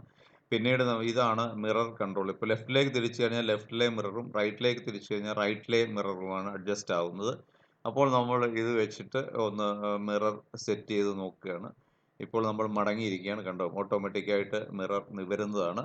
എന്നാൽ ഇതിൻ്റെ ഒരു ചെറിയ ഡ്രോബാക്ക് ഈ വണ്ടിക്ക് ഞാൻ കണ്ടത്, ഇതിൻ്റെ മിറർ നമുക്ക് മാനുവലായിട്ട് ഫോൾഡ് ചെയ്ത് വെക്കാൻ പറ്റില്ലെന്നാണ് ഞാൻ അറിഞ്ഞത്. അപ്പോൾ നമ്മൾ പലപ്പോഴും കാണാറുണ്ട്, എവിടെയെങ്കിലും വണ്ടി പാർക്ക് ചെയ്തിട്ട് പോയാൽ അടുത്ത ആരെങ്കിലും വണ്ടി കൊണ്ടിടുകയാണെങ്കിൽ അവർ ഈ മിറർ മടക്കി വെക്കുന്ന ഒരു സ്വഭാവമുണ്ട്. പക്ഷേ അത് ഇതിൽ പറ്റുകയില്ല എന്നാണ് എൻ്റെ അറിവ്. ഇത് അല്ലാതെ തന്നെ നമുക്ക് ഉള്ളിലിരുന്ന് വേണം ഇതെല്ലാം കൺട്രോൾ ചെയ്യാൻ. അതുപോലെ ഈ മിററിൻ്റെ അറ്റത്തായിട്ട് ലൈറ്റും ഉണ്ട്. നമ്മൾ ഇൻഡിക്കേറ്റർ പോലെ ടേൺ ചെയ്യുന്ന സമയത്ത് ആ ലൈറ്റും ഓപ്പറേറ്റ് ആകുന്നതാണ്. ഇത് സ്റ്റിയറിംഗ് ആണ്. സ്റ്റിയറിംഗ് 3 മോഡുകളിലേക്ക് നമ്മൾ ടിൽറ്റ് ചെയ്ത് വെക്കാൻ പറ്റും. താഴേക്കും മുകളിലേക്കും മാറ്റാൻ പറ്റും. നമ്മുടെ സൗകര്യം അനുസരിച്ച് മിറർ അങ്ങോട്ടും ഇങ്ങോട്ടും സെറ്റ് ചെയ്യാവുന്നതാണ്. മിറർ അല്ല, സ്റ്റിയറിംഗ്. ഇതിൻ്റെ സ്റ്റിയറിംഗിൻ്റെ ലെഫ്റ്റ് സൈഡിൽ പ്രധാനമായി കുറച്ച് സ്വിച്ചുകളുണ്ട്. ഇത് പ്രധാനമായിട്ട് വോളിയം സ്വിച്ചസ് ആണ്, അതായത് ഓഡിയോയുമായിട്ട് ബന്ധപ്പെട്ടാണ്. റൈറ്റ് സൈഡിലെ സ്വിച്ചുകൾ പ്രധാനമായിട്ട് ഈ ഒരു പാനലിലേക്കുള്ള ഡിസ്പ്ലേയിലേക്ക് പോകുന്നതാണ്. നമ്മളവിടെ പ്രസ് ചെയ്ത് കഴിഞ്ഞാൽ പാനലിൽ ഓരോന്ന് ചേഞ്ച് ആയി വരുന്നത് നമുക്ക് കാണാവുന്നതാണ്. ഇതിലൊന്നും നമ്മൾ അത്ര കൺവേഴ്സൻ്റ് ആയിട്ടില്ല. ഇപ്പോൾ പുതിയ വണ്ടി ആയതുകൊണ്ട് നമ്മൾ കുറേശ്ശെ നോക്കുന്നേ ഉള്ളൂ. ഇനി ഇവിടെ ഒരു സ്റ്റാർട്ട് ആൻഡ് സ്റ്റോപ്പ് സ്വിച്ച് ഉണ്ട്. അതായത് നമ്മൾ വണ്ടി എവിടെയെങ്കിലും പോയി ബ്രേക്ക് ചെയ്ത് നിൽക്കുകയാണെങ്കിൽ ഓട്ടോമാറ്റിക്കായി ഇതിൻ്റെ എൻജിൻ ഓഫ് ആകും. ഓഫ് ആകുന്നത് വേണമെങ്കിൽ നമുക്കത് ഓഫ് ചെയ്ത് വെക്കാം, സ്റ്റോപ്പ് ചെയ്ത് വെക്കാവുന്നതാണ്. ഇല്ലെങ്കിൽ അത് ഉപയോഗിക്കാവുന്നതാണ്. ഇത് നമ്മളുടെ സൺറൂഫാണ്. ഇതിൻ്റെ സ്വിച്ചിൽ പ്രസ് ചെയ്ത് കഴിഞ്ഞാൽ സൺറൂഫ് ഒന്നുകിൽ കുറച്ച് റേസ് ചെയ്ത് വെക്കാനുള്ള ഓപ്ഷൻ ഉണ്ട്, അതല്ലെങ്കിൽ നമുക്ക് ഫുള്ളായിട്ട് തുറക്കാനും അതേ ബട്ടൺ തന്നെ പ്രസ് ചെയ്യുമ്പോൾ ഇത് ഫുള്ളായിട്ട് അടയുന്നതുമായിരിക്കും. നമുക്ക് ഇതിന് സൺറൂഫിൽ കൂടെയുള്ള ഒരു വ്യൂ ആണ് ഇപ്പോൾ നമ്മൾ കാണുന്നത്. ഇത് സൺറൂഫ് ഒരു ലക്ഷറി ആയിട്ട് എനിക്ക് തോന്നുന്നു. ഇത് നമ്മുടെ നാട്ടിലെ ഒരു സിറ്റുവേഷൻ ഇതിൻ്റെ ഒരു ആവശ്യം ഇല്ല. പക്ഷേ ഇതിൻ്റെ എല്ലാ മോഡലുകളും ബേസ് മോഡൽ മുതൽ തന്നെ സൺറൂഫ് ഇവർ കൊടുത്തിട്ടുണ്ട്. ഫ്രണ്ടിലെ ലെഫ്റ്റ് സൈഡിലെ ഡോറിൻ്റെ അവിടെ ഒരു സ്വിച്ച് കാണാം. ഈ സ്വിച്ച് എയർ ബാഗുകൾ കൺട്രോൾ ചെയ്യാനുള്ളതാണ്. ഇതിന് 6 എയർ ബാഗുകളുണ്ട്. ഈ എയർ ബാഗുകൾ വേണമെങ്കിൽ നമുക്ക് ഓഫ് ചെയ്ത് വെക്കാവുന്നതാണ്. പക്ഷേ അതൊരു നല്ല ഫെസിലിറ്റി ആയിട്ട് എനിക്ക് തോന്നുന്നില്ല. കാരണം നമ്മൾ എയർ ബാഗ് ഉള്ളത് ഒരു പ്രൊട്ടക്ഷന് വേണ്ടിയാണ്. പിന്നെ ഇപ്പോൾ എഞ്ചിനാണ്. എഞ്ചിനെ പറ്റി അറിയാവുന്നവർക്ക് ഇത് നോക്കാം. 1200 സിസിയുടെ എഞ്ചിനാണ്. മറ്റ് കാര്യങ്ങൾ ടെക്നിക്കലി എനിക്ക് അറിയില്ല. ഇത് എങ്കിലും നമ്മൾ ഇതിലേക്ക് കാണാം. ഇത് പൂജയൊക്കെ കഴിഞ്ഞുകൊണ്ട് ചില ചന്ദനവും മറ്റും കാണാം. പിന്നീട് ഇതിന് 25ഓളം വേരിയന്റുകൾ വരുന്നുണ്ട് 3XOയ്ക്ക് തന്നെ. അതിൻ്റെ വേരിയന്റുകളാണ് ഇതിൽ കാണിക്കുന്നത്. ഏറ്റവും ബേസ് മോഡൽ MX1 എന്നുള്ളതാണ്. പിന്നെ MX2, MX2 Pro, MX3, MX2 diesel, MX3 Pro അങ്ങനെ AT എന്ന് വരുന്നത് ഓട്ടോമാറ്റിക്കിനാണ്. ഇങ്ങനെ കുറേ അധികം വേരിയന്റുകൾ ഇതിനുണ്ട്. AX5 തന്നെ ഓട്ടോമാറ്റിക് അല്ലാത്തതുണ്ട്. അത് കഴിഞ്ഞിട്ട് MX3 Pro അങ്ങനെ കുറേ അധികം ഏതാണ്ട് 25ഓളം വേരിയന്റുകൾ ഉണ്ട്. ഇതുകൊണ്ട് AX5 ഡീസൽ ഉണ്ട്. ഇപ്പോൾ AX7, AX5. ഇപ്പോൾ നമ്മളുടെ വണ്ടി ഇതാണ്, അതായത് 3XO AX5 ഓട്ടോമാറ്റിക്. ഇതിൻ്റെ ഫീച്ചേഴ്സ് റൈറ്റ് സൈഡിൽ കുറച്ച് എഴുതിയിട്ടുണ്ട്. അതും നമുക്ക് നോക്കാവുന്നതാണ്. പ്രധാനമായിട്ട് പറയുന്നത് ഡ്യുവൽ AC കൺട്രോൾ ഉണ്ട്. ഇത് ഇവിടെ പറയുന്നുള്ളൂ. പക്ഷെ നമ്മൾ ഡീറ്റെയിലേക്ക് പോകുമ്പോൾ അറിയാവുന്ന നമ്മുടെ ബേസ് മോഡൽ MX1 തുടങ്ങി AX7 ലക്ഷറി, L എന്ന് പറയുന്ന ലക്ഷറിയാണ്. AX7 ലക്ഷറി വരെയുള്ള പല വേരിയന്റുകളുണ്ട്. എല്ലാം ചെറിയ ചെറിയ വ്യത്യാസങ്ങളേ ഉണ്ടാവുള്ളൂ. പിന്നീട് ഇത് നമ്മൾക്ക് ഈസി ആയിട്ട് കാണണമെങ്കിൽ carvale.com എന്നൊരു സൈറ്റ് ഉണ്ട്. അതിൽ പോയി കഴിഞ്ഞാൽ നമുക്ക് ഇതുപോലെ ചൂസ് ചെയ്യാനുള്ള ഓപ്ഷൻ ഉണ്ട്. ഇപ്പോൾ നമുക്ക് പെട്രോൾ മാത്രം നമ്മളൊരു വണ്ടി സെലക്ട് ചെയ്യുന്ന ഒരു സമയത്താണെങ്കിൽ നമുക്ക് വേണമെങ്കിൽ പെട്രോൾ മാത്രമായിട്ടുള്ള വേരിയന്റുകൾ ചെക്ക് ചെയ്യാം. അതല്ലെങ്കിൽ മാനുവലായിട്ടുള്ളത് ചെക്ക് ചെയ്യാം. അല്ലെങ്കിൽ ഓട്ടോമാറ്റിക് മാത്രമായിട്ട് ചെക്ക് ചെയ്യാം. ഇങ്ങനെയുള്ള ചിലപ്പോൾ നമ്മൾ വണ്ടി എടുക്കാനായിട്ടൊരു തീരുമാനം എടുത്തു കഴിയുമ്പോൾ നമുക്ക് പലപ്പോഴും ഇങ്ങനെ ചില കാര്യങ്ങൾ നമ്മൾ ഇൻ്റർനെറ്റിലൂടെ സെർച്ച് ചെയ്യുക പതിവാണ്. അതിനുള്ള ഉതകുന്ന ഒരു സൈറ്റാണ് carvale.com.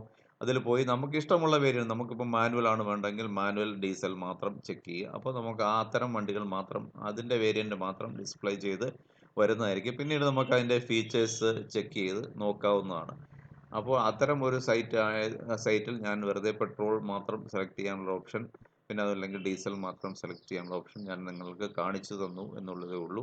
ഇതിപ്പോൾ ഡീസലാണ് കാണിക്കുന്നത്, അല്ല സോറി പെട്രോളാണ് കാണിക്കുന്നത്. പെട്രോളിൽ തന്നെ ഉള്ള ഓട്ടോമാറ്റിക് അല്ലാത്ത മാനുവൽ വേർഷൻ ആണ് നമുക്ക് വേണ്ടതെങ്കിൽ അത് നമുക്ക് ചൂസ് ചെയ്യാവുന്നത്. അതല്ല നമുക്ക് ഓട്ടോമാറ്റിക് മാത്രം മതിയെങ്കിൽ ഓട്ടോമാറ്റിക് വേരിയന്റുകൾ ചെക്ക് ചെയ്യണമെങ്കിൽ നമ്മൾക്ക് ഈ ഒരു സൈറ്റിൽ പോയി ആ സൈറ്റിൻ്റെ പേര് ഓർത്ത് വയ്ക്കുക, carvale.com. അതായിരിക്കും നമുക്ക് എളുപ്പം. കാരണം മഹീന്ദ്രയുടെ സൈറ്റിൽ നിന്ന് ഇത്ര ഈസി ആയിട്ട് നമുക്ക് ഡീറ്റെയിൽസ് കിട്ടുന്നില്ല. അതേസമയം ഇങ്ങനെയുള്ള പ്രൈവറ്റ് സൈറ്റുകളിൽ നമുക്ക് ചിലപ്പോൾ കൂടുതൽ കാര്യങ്ങൾ ലഭിക്കുന്നതാണ്. ഇതിപ്പോൾ ഓട്ടോമാറ്റിക് വേരിയന്റ് ഞാൻ വാങ്ങിച്ച വണ്ടി XUV 3XOയുടെ ടെക്നിക്കൽ ഇതിപ്പോൾ ഓട്ടോമാറ്റിക് വേർഷൻ മാത്രമാണ് ഞാനിപ്പോൾ ഇതിൽ ചൂസ് ചെയ്തിരിക്കുന്നത്. അപ്പോൾ അത് മാത്രമാണ് ഇപ്പോൾ കാണിക്കുന്നത്. നമ്മുടെ വണ്ടി XUV 3XO AX5 ഓട്ടോമാറ്റിക് എന്നുള്ളതാണ്. അതിൻ്റെ പ്രൈസ് കാണിക്കുന്നത് 12.69 എന്ന് പറയുന്നത് ഷോറൂം പ്രൈസ് ആണ്. ഇപ്പോൾ ഈ വണ്ടിയുടെ ഫീച്ചേഴ്സ് നമുക്ക് ഡീറ്റെയിൽ ആയിട്ട് നോക്കണമെന്നുണ്ടെങ്കിൽ ഇതിൻ്റെ തന്നെ ടെക്നിക്കൽ സ്പെസിഫിക്കേഷൻ നമുക്ക് പ്രസ് ചെയ്ത് കഴിഞ്ഞാൽ ആ സൈറ്റിൽ നിന്ന് തന്നെ നമുക്ക് ഡീറ്റെയിൽസ് എല്ലാം തന്നെ കിട്ടുന്നതാണ്. നമ്മുടെ എൻജിൻ 1200 സിസിയുടെ എൻജിനാണ്. മൈലേജ് അവർ പറയുന്നത് 18 കിലോമീറ്ററാണ്.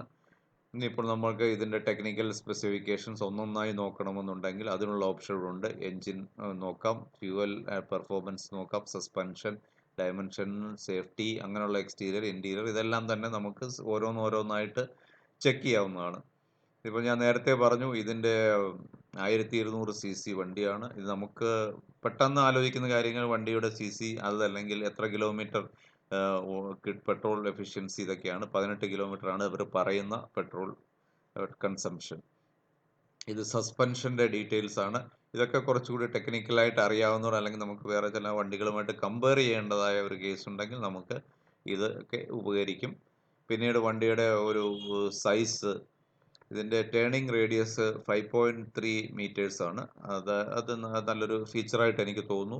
പിന്നെ അതുപോലെ ബ്രേക്കിൻ്റെ ഡീറ്റെയിൽസ്, ടൈപ്പ് ഡിസ്ക് ബ്രേക്കാണ്. പിന്നെ അലോയ് വീൽസ് 16 ഇഞ്ചിൻ്റെയാണ്. ഡയമെൻഷൻ, വണ്ടിയുടെ നീളം ഏറെക്കുറെ 4 മീറ്ററാണ്. അതുപോലെ വീതി 1.82 ആണ്. ഹൈറ്റ് 1.64 ആണ്. ബൂട്ട് സ്പേസ് 364 ലിറ്റർ ഉണ്ട്. പിന്നെ ബാക്കിയെല്ലാം നമുക്ക് നോർമലായിട്ട് അറിയുന്ന കാര്യങ്ങളൊക്കെ തന്നെയാണ്. പിന്നെ മറ്റ് കംഫർട്ട്, പവർ സ്റ്റിയറിംഗ്, AC, ഇതെല്ലാം ഇപ്പോഴത്തെ എല്ലാ വണ്ടികൾക്കും, ഈ പ്രീമിയം വണ്ടികൾക്കെല്ലാം ഏറെക്കുറെ ഒരേപോലെ തന്നെയാണ്. ചെറിയ ചെറിയ വ്യത്യാസങ്ങളെ ഉണ്ടാവുകയുള്ളൂ. അതൊക്കെ നമുക്ക് വേണമെങ്കിൽ ഇവിടെ നിന്ന് ചെക്ക് ചെയ്യും. ഇത് മെയിനായിട്ട് നമ്മൾ ഈ വണ്ടി വാങ്ങിക്കുന്നതിന് മുമ്പ് ചെയ്യേണ്ട കാര്യങ്ങളാണ്. നമുക്കിത് തന്നെ മതിയോ, നമുക്ക് എന്തെല്ലാം ഫീച്ചേഴ്സാണ് ഈ വണ്ടിയിൽ നമുക്ക് ലഭിക്കുന്നത് എന്നുള്ളതൊക്കെ അറിയാനായിട്ട് നമുക്ക് ഇങ്ങനെയുള്ള ചില സൈറ്റുകൾ ഉപകരിക്കും. അതുപോലെ ഇതിൻ്റെ ഇൻറ്റീരിയറിൽ എന്തെല്ലാം ഫെസിലിറ്റിയാണ്, ടാക്കോമീറ്റർ, ഇത് എല്ലാം ഇതിനകത്ത് കാണിക്കുന്നുണ്ട്. ഡിജിറ്റൽ ക്ലസ്റ്ററിൻ്റെ സൈസ് 10.25 ഇഞ്ചസിൻ്റെയാണ്. അപ്ഹോൾസ്റ്ററി ഫാബ്രിക് എന്നാണ് കാണിക്കുന്നത്. എക്സ്റ്റീരിയർ എന്തൊക്കെയാണ്, അഡ്ജസ്റ്റബിൾ ഹെഡ് ലാമ്പ് ഉണ്ട്. പിന്നെ ഹെഡ് ലാമ്പിന് വാഷർ ഇല്ല എന്ന് പറയുന്നുണ്ട്. റിയർ വിൻഡോ വൈപ്പർ ഉണ്ട്, റിയർ വിൻഡോയ്ക്ക് വാഷർ ഉണ്ട്, ഡീഫോഗർ ഉണ്ട്.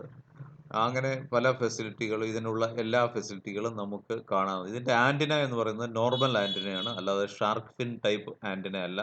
അത് ഈ വണ്ടിയുടെ ഇത്രയും പ്രീമിയമായ ഒരു വണ്ടിക്ക് ഒരു ഡ്രോബാക്ക് ആയിട്ടാണ് എനിക്ക് തോന്നുന്നത്.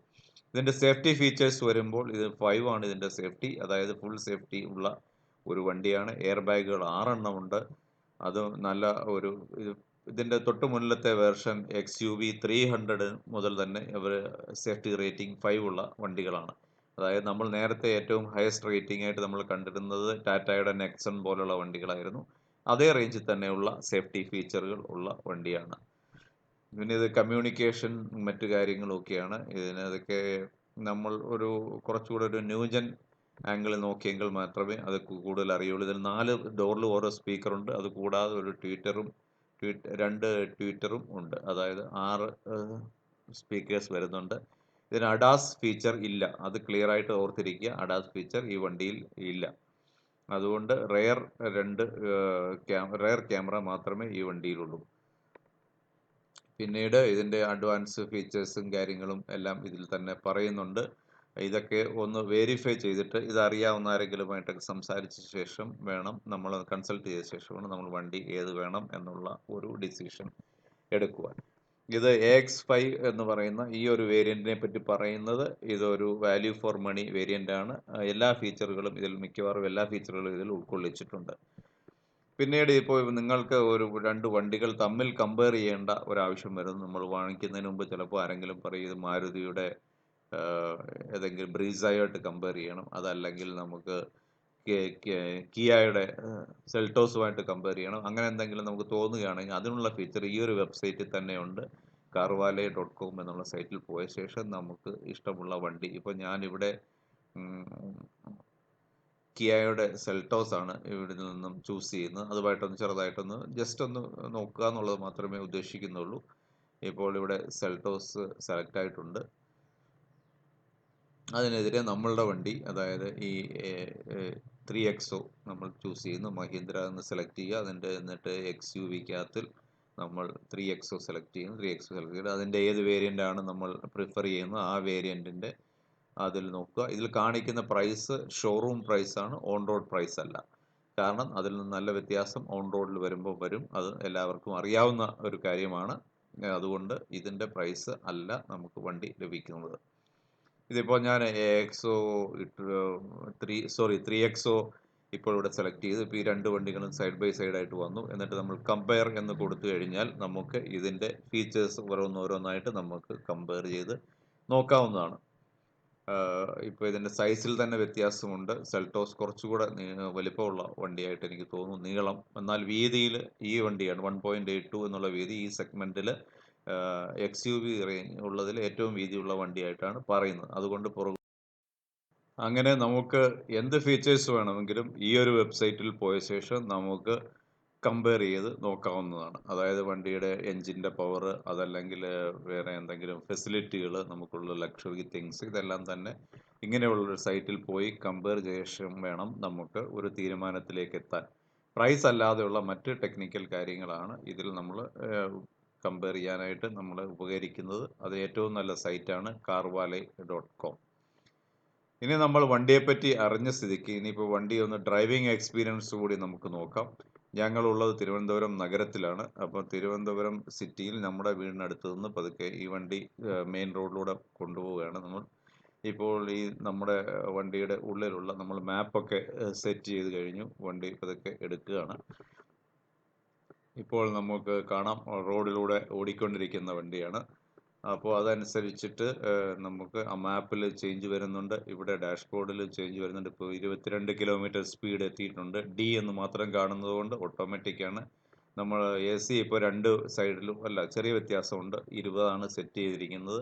അപ്പോൾ നമ്മൾ മെയിൻ റോഡിലൂടെ പോവുകയാണ്. ഇതിപ്പോൾ ആനി മസ്ക്രീൻ സ്ക്വയർ ആ ഏരിയയിലാണ് ഇപ്പോൾ ഉള്ളത്. അതായത് അവിടെ നിന്ന് നമ്മൾ പാളയത്തേക്ക് പോയിക്കൊണ്ടിരിക്കുകയാണ്. തിരുവനന്തപുരം നഗരത്തിൻ്റെ ചില കാഴ്ചകളും കാണാം നമുക്ക്. ഇപ്പോൾ നമ്മൾ വണ്ടി പോയിക്കൊണ്ടിരിക്കും. ഈ വണ്ടിയെപ്പറ്റി പറയുമ്പോൾ മഹീന്ദ്രയുടെ വണ്ടികളെല്ലാം തന്നെ വളരെ സ്ട്രോങ് ആയിട്ടുള്ള വണ്ടികളാണ്. അതായത് സ്കോർപിയോ, ബൊലേറോ, താർ, ഇവയെല്ലാം തന്നെ മഹീന്ദ്രയുടെ വണ്ടികളാണ്. നമുക്ക് ഇപ്പോൾ പാട്ടൊക്കെ സെറ്റ് ചെയ്തിട്ടുണ്ട്. പാട്ട് നമ്മൾ റെക്കോർഡ് ചെയ്യുന്നില്ല, കാരണം അതിന് കോപ്പിറൈറ്റിൻ്റെ ഇഷ്യൂ വരുന്നത് കൊണ്ട്. നമ്മളിപ്പോൾ അനി മസ്ക്രീൻ സ്ക്വയറിലെത്തിയിട്ടുണ്ട്. ഇവിടെ കാണുന്നത് വുമൻസ് കോളേജാണ്. വുമൻസ് കോളേജിൻ്റെ അവിടെ നിന്ന് നമ്മൾ താഴേക്ക് പോയിക്കൊണ്ടിരിക്കുകയാണ്. പിന്നീട് മഹീന്ദ്രയുടെ എല്ലാ വണ്ടികളും തന്നെ നല്ല സ്ട്രോങ് വണ്ടികളാണ്, നല്ല ലുക്കുള്ള വണ്ടികളാണ്, കുറച്ച് പവർഫുള്ളാണ്. ന്യൂജൻ അതുകൊണ്ട് ഏറ്റവും അധികം ഇഷ്ടപ്പെടുന്ന വണ്ടികളാണ് ഇവ. ഇപ്പോൾ നമ്മൾ പോകുന്നത് ചെങ്കൽച്ചൂള എന്ന് പറയുന്ന സ്ഥലത്തൂടെയാണ്. അപ്പോൾ ഇവിടെ പല സിനിമകളിലും മറ്റും കാണിക്കുന്നുണ്ട്. തിരുവനന്തപുരത്തെ ഒരു ചേരി പ്രദേശമായിട്ടുള്ള ചെങ്കൽച്ചൂളയുടെ സൈഡിൽ കൂടെയാണ് ഇപ്പോൾ നമ്മൾ വണ്ടിയിൽ പോയിക്കൊണ്ടിരിക്കുന്നത്. അപ്പോൾ നഗരത്തിൽ ഓടിക്കുമ്പോൾ നമ്മുടെ ഒരു ഡ്രോബാക്ക്, ഇത് കാര്യമായ സ്പീഡ് എടുക്കാൻ പറ്റുകയില്ല എന്ന് തന്നെയാണ്. നമുക്കൊരു 40 കിലോമീറ്റർ താഴെ മാത്രമേ ഇവിടെ എപ്പോഴും ഓടിക്കാനുള്ള പറ്റുകയുള്ളൂ. പലയിടത്തും ട്രാഫിക് ജാമും ഒക്കെ ആയിരിക്കും. ഇതെല്ലാം ചെങ്കൽച്ചൂളയുടെ ആ ഒരു പോർഷനാണ്. ഇപ്പോൾ ചെങ്കൽച്ചൂള വിട്ട് നമ്മൾ അവിടെ നിന്ന് പുറത്തേക്ക് വരികയാണ്. പുറത്തേക്ക് വന്ന ശേഷം ഇപ്പോൾ കാണാം 16 കിലോമീറ്റർ മാത്രമേ ഉള്ളൂ സ്പീഡ്. ഈ വണ്ടിയുടെ ആ ഒരു ഐഡിയ നിങ്ങൾക്ക് കിട്ടിക്കാണും. പവർ സ്റ്റിയറിംഗ് ആണ്. നമുക്ക് സുഖമായി തിരിക്കുവാനും മറ്റും പ്രയാസങ്ങളൊന്നുമില്ല. നല്ല ഉപയോഗിക്കുമ്പോൾ നമുക്ക് വളരെ സൗകര്യപ്രദമായി തോന്നും. പിന്നീട് ഇതിൽ ഈ വണ്ടി നമ്മൾ നോർമൽ ഇതിൽ നമ്മൾ കയറിയിരിക്കുമ്പോൾ നമ്മളൊരു കുഴിയിലിരിക്കുന്ന ഒരു ഫീലാണ്. നമ്മുടെ ഒരു ഡ്രൈവിംഗ് എക്സ്പീരിയൻസ് ഞാൻ ഇനി നിങ്ങളുമായിട്ട് ഷെയർ ചെയ്യുകയാണ്. ഇത് വളരെ വീതി കുറഞ്ഞ ഒരു സ്ഥലമാണ്. വീതി കുറഞ്ഞ സ്ഥലത്തു കൂടി പോകുമ്പോൾ നമുക്ക് ഈ വണ്ടിക്ക് വീതി കൂടുതലുള്ളത് കൊണ്ട് തന്നെ നമുക്ക് ആ ഒരു മറ്റ് ചെറിയ വണ്ടികൾ ഓടിക്കുന്ന ഒരു കംഫർട്ട് കിട്ടുന്നില്ല എന്ന് പറയാം. കാരണം എതിരെ എന്തെങ്കിലും വണ്ടി വന്നാൽ നമ്മൾ ഇവിടെ നിന്ന് മാറ്റി കൊടുക്കേണ്ടതായി വരും. കാരണം ഇവിടെയൊക്കെ ഇപ്പം ഒരു വണ്ടി മാത്രം പോകാനുള്ള വീതി മാത്രമേ ഉള്ളൂ. നഗരത്തിൻ്റെ ഉള്ളിലേക്ക് പോകും പല സ്ഥലങ്ങളിലും ഇങ്ങനെയുള്ള ചെറിയ റോഡുകളാണ്. എന്നാൽ MG റോഡിലും മറ്റും കയറുമ്പോൾ നമുക്ക് ഫ്രീ ആയിട്ട് ഓടിച്ചു പോകാം. ഇപ്പോൾ നമ്മൾ MG റോഡിലെത്തി. സെക്രട്ടേറിയറ്റിന് മുന്നിൽ കൂടെയാണ് പോകുന്നത്. വലതുവശത്ത് നിങ്ങൾ കാണുന്നതാണ് സെക്രട്ടേറിയറ്റ്. ഭരണസ്ഥിര കേന്ദ്രമായതുകൊണ്ട് തന്നെ ഇവിടെ എപ്പോഴും തിരക്കും കാര്യങ്ങളും ഒക്കെയുള്ള, ഒരുപക്ഷെ എനിക്ക് തോന്നുന്നു തിരുവനന്തപുരത്തെ ഏറ്റവും അട്രാക്റ്റീവായിട്ടുള്ള ഒരു സ്ഥലമാണിത്. ഏറ്റവും അധികം ആളുകൾ മറ്റ് സ്ഥലങ്ങളിൽ നിന്ന് എത്തുന്നതും സെക്രട്ടേറിയറ്റിലേക്കാണ്. പല ആവശ്യങ്ങൾക്കുമായി ആൾക്കാർ എത്തുന്ന സ്ഥലമാണ്. ഇപ്പോൾ നമ്മൾ സെക്രട്ടേറിയറ്റിൻ്റെ മുന്നിലൂടെയാണ് നമ്മൾ വണ്ടി പോയിക്കൊണ്ടിരിക്കുന്നത്. ഞാൻ പറഞ്ഞു വന്നത്, ഇതിൽ ഇരിക്കുന്ന സമയത്ത് നമ്മൾ ഒത്തിരി താഴെ ഇരിക്കുന്ന പോലെ, അപ്പോൾ സീറ്റ് അഡ്ജസ്റ്റ്മെൻറ്റുകൾ ചെയ്യാനുള്ള, ഹൈറ്റ് അഡ്ജസ്റ്റ് ചെയ്യാനുള്ള ഫെസിലിറ്റി ഉണ്ട്. നമുക്ക് കയറി ഇരുന്ന ശേഷം വലതുവശത്തുള്ള ലിവർ മുകളിലേക്ക് പ്രസ് ചെയ്ത് കഴിഞ്ഞാൽ ആ സീറ്റ് അല്പം പൊങ്ങി വരുന്നതാണ്. അതേപോലെ സാധാരണ വണ്ടിയിലുള്ളത് പോലെ തന്നെ മറ്റ് മുന്നേക്കും പിന്നിലേക്കും മാറ്റുവാനും പുഷ് ബാക്ക് ചാരിയിടാനുള്ള ഫെസിലിറ്റിയുമുണ്ട്. ഇത് AG's ഓഫീസാണ്. സെക്രട്ടേറിയറ്റിൻ്റെ തൊട്ടടുത്തുള്ള സെൻട്രൽ ഗവൺമെൻറ്റിൻ്റെ ഓഫീസായ AG's ഓഫീസാണ്. വീണ്ടും നമ്മൾ MG റോഡിൽ കൂടി തന്നെയാണ് നേരെ പോയിക്കൊണ്ടിരിക്കുന്നത്. ഇപ്പം നഗരത്തിലെ കാഴ്ചകളൊക്കെ നമുക്ക് കാണാം. ഇനിയും കാര്യമായി ഒരു ഡ്രൈവിംഗ് ലൈനിലേക്കാണ് നമ്മൾ പോകുന്നത്. അതുകൊണ്ട് തന്നെ നമുക്ക് കൂടുതൽ കാര്യങ്ങൾ ഇനി പറയാനില്ല. വിശേഷപ്പെട്ട സ്ഥലങ്ങൾ വരുമ്പോൾ ഞാനത് പറയുന്നതായിരിക്കും. പിന്നീട് ഇത് യൂണിവേഴ്സിറ്റി കോളേജാണ്. യൂണിവേഴ്സിറ്റി കോളേജിന് മുന്നിലൂടെയാണ് ഇപ്പം നമ്മൾ പോയിക്കൊണ്ടിരിക്കുന്നത്. പിന്നീട് എൻ്റെ ഒരു ഡ്രൈവിംഗ് എക്സ്പീരിയൻസ് വെച്ച് നോക്കുമ്പോൾ ഈ വണ്ടിയുടെ വലിപ്പം ഒരു ചെറിയ പ്രശ്നമായിട്ട് നമുക്ക് തോന്നാറുണ്ട്. കാരണം ചെറിയ വണ്ടി ഓടിച്ച ശേഷം നമ്മൾ വലിയൊരു വണ്ടി ഓടിക്കുമ്പോൾ അതിൻ്റെ ഒരു ബുദ്ധിമുട്ടുണ്ട്. പിന്നെ ഇത് ഫുള്ളി ഓട്ടോമാറ്റിക് വണ്ടിയാണ്. അതൊരു കൺവീനിയൻസ് ആയിട്ടാണ് തോന്നുന്നത്. നേരത്തെ ഞാൻ പറഞ്ഞു ഈ വണ്ടി എവിടെയെങ്കിലും പോയി നമ്മൾ ബ്രേക്ക് ചവിട്ടി നിൽക്കുമ്പോൾ ഇത് ഓട്ടോമാറ്റിക്കായിട്ട് ഓഫ് ആകുന്ന ഒരു സ്വഭാവമുണ്ട്. അവിടെ നമ്മൾ ബ്രേക്കിൽ നിന്ന് കാലെടുക്കുമ്പോൾ ഈ വണ്ടി വീണ്ടും സ്റ്റാർട്ടായാണ് പോകുന്നത്. അപ്പോൾ അത് ഫ്യൂവൽ എഫിഷ്യൻസിക്ക് വേണ്ടി ചെയ്തതാവാം. പക്ഷെ ആ ഒരു ഫീച്ചർ ചിലപ്പോൾ നമുക്ക് അരോചകമായിട്ട് തോന്നാം. അങ്ങനെ നമുക്ക് തോന്നുന്നുണ്ടെങ്കിൽ അത് ഓഫ് ചെയ്യാനുള്ളൊരു സ്വിച്ച് ഞാൻ നേരത്തെ കാണിച്ചിരുന്നു. ഇപ്പോൾ നമ്മൾ പാളയത്തെത്തി. ഇവിടെ അമ്പലവും പള്ളിയും മുസ്ലിം പള്ളിയും ഒന്നിച്ചുള്ള കേരളത്തിലെ അപൂർവമായ സ്ഥലങ്ങളിലാണ്. ഇത് മൂന്നും ഇപ്പോൾ നമ്മൾ കണ്ടു. ഇടതുവശത്തൊരു അമ്പലവും കൂടെ ഒരു മുസ്ലിം പള്ളിയുമുണ്ട്. വലതുവശത്തായി ക്രിസ്ത്യൻ പള്ളിയുണ്ട്. ഇത് അപൂർവമായി കാണുന്ന ഒരു കാഴ്ചയാണ്. നമ്മുടെ കേരളത്തിൽ മാത്രം കാണാൻ പറ്റുന്ന മതസൗഹാർദ്ദത്തിൻ്റെ ഒരു ചിഹ്നമായി ഇത് കാണാം. ഇപ്പോൾ നമ്മൾ ചന്ദ്രശേഖരൻ നായർ സ്റ്റേഡിയത്തിൻ്റെ മുന്നിലൂടെയാണ് പോയിക്കൊണ്ടിരിക്കുന്നത്. അപ്പോൾ ആ ഫെസിലിറ്റി നമുക്ക് വേണമെങ്കിൽ ഓഫ് ചെയ്യാം. അതേപോലെ മറ്റൊരു ഫെസിലിറ്റി നമുക്ക് എക്സ്പീരിയൻസ് ചെയ്തില്ലെങ്കിലും കയറ്റത്തും മറ്റും വണ്ടി നിർത്തുമ്പോൾ അവിടെ നിന്ന് എടുക്കുമ്പോൾ ഇതിപ്പോൾ നമ്മൾ നിയമസഭാ മന്ദിരത്തിൻ്റെ മുന്നിലൂടെയാണ് പോകുന്നത്. നിയമസഭാ മന്ദിരം അവിടെയാണ് നമ്മുടെ നിയമസഭയും മറ്റും ചേരുന്നത്. ഇത് താരതമ്യേന പുതിയ ഒരു ബിൽഡിംഗാണിത്. പിന്നീട് നമ്മൾ വീണ്ടും മുന്നോട്ട് തന്നെ പോവുകയാണ്. ഇപ്പോൾ തിരുവനന്തപുരം ജില്ലാ പഞ്ചായത്ത് ഓഫീസിൻ്റെ തൊട്ടടുത്താണ് കേരള PSC. പലപ്പോഴും പലർക്കും തിരുവനന്തപുരത്ത് വരുമ്പോൾ എത്തേണ്ട ഒരു സ്ഥലമാണ് PSC. എന്നാൽ PSCയുടെ ആ ഒരു വ്യൂ എനിക്ക് ചെറിയൊരു ബോർഡ് നമുക്ക് മാത്രമേ കാണാൻ പറ്റൂ. ഇവിടെ വണ്ടികൾ നിരത്തി പാർക്ക് ചെയ്ത് വെച്ചിരിക്കുന്നത് കൊണ്ട് നമുക്ക് ആ ഒരു വ്യൂ കിട്ടിയില്ല. പിന്നീട് നമ്മൾ മുന്നോട്ട് പോവുകയാണ്. ഇപ്പോൾ നമ്മൾ ഇപ്പോൾ ഇത് PSCയുടെ മതിൽ തന്നെയാണ് നമ്മൾ ഈ കാണുന്നത്. ഇത് കഴിഞ്ഞാൽ ഉടനെ കേന്ദ്രീയ വിദ്യാലയമാണ്.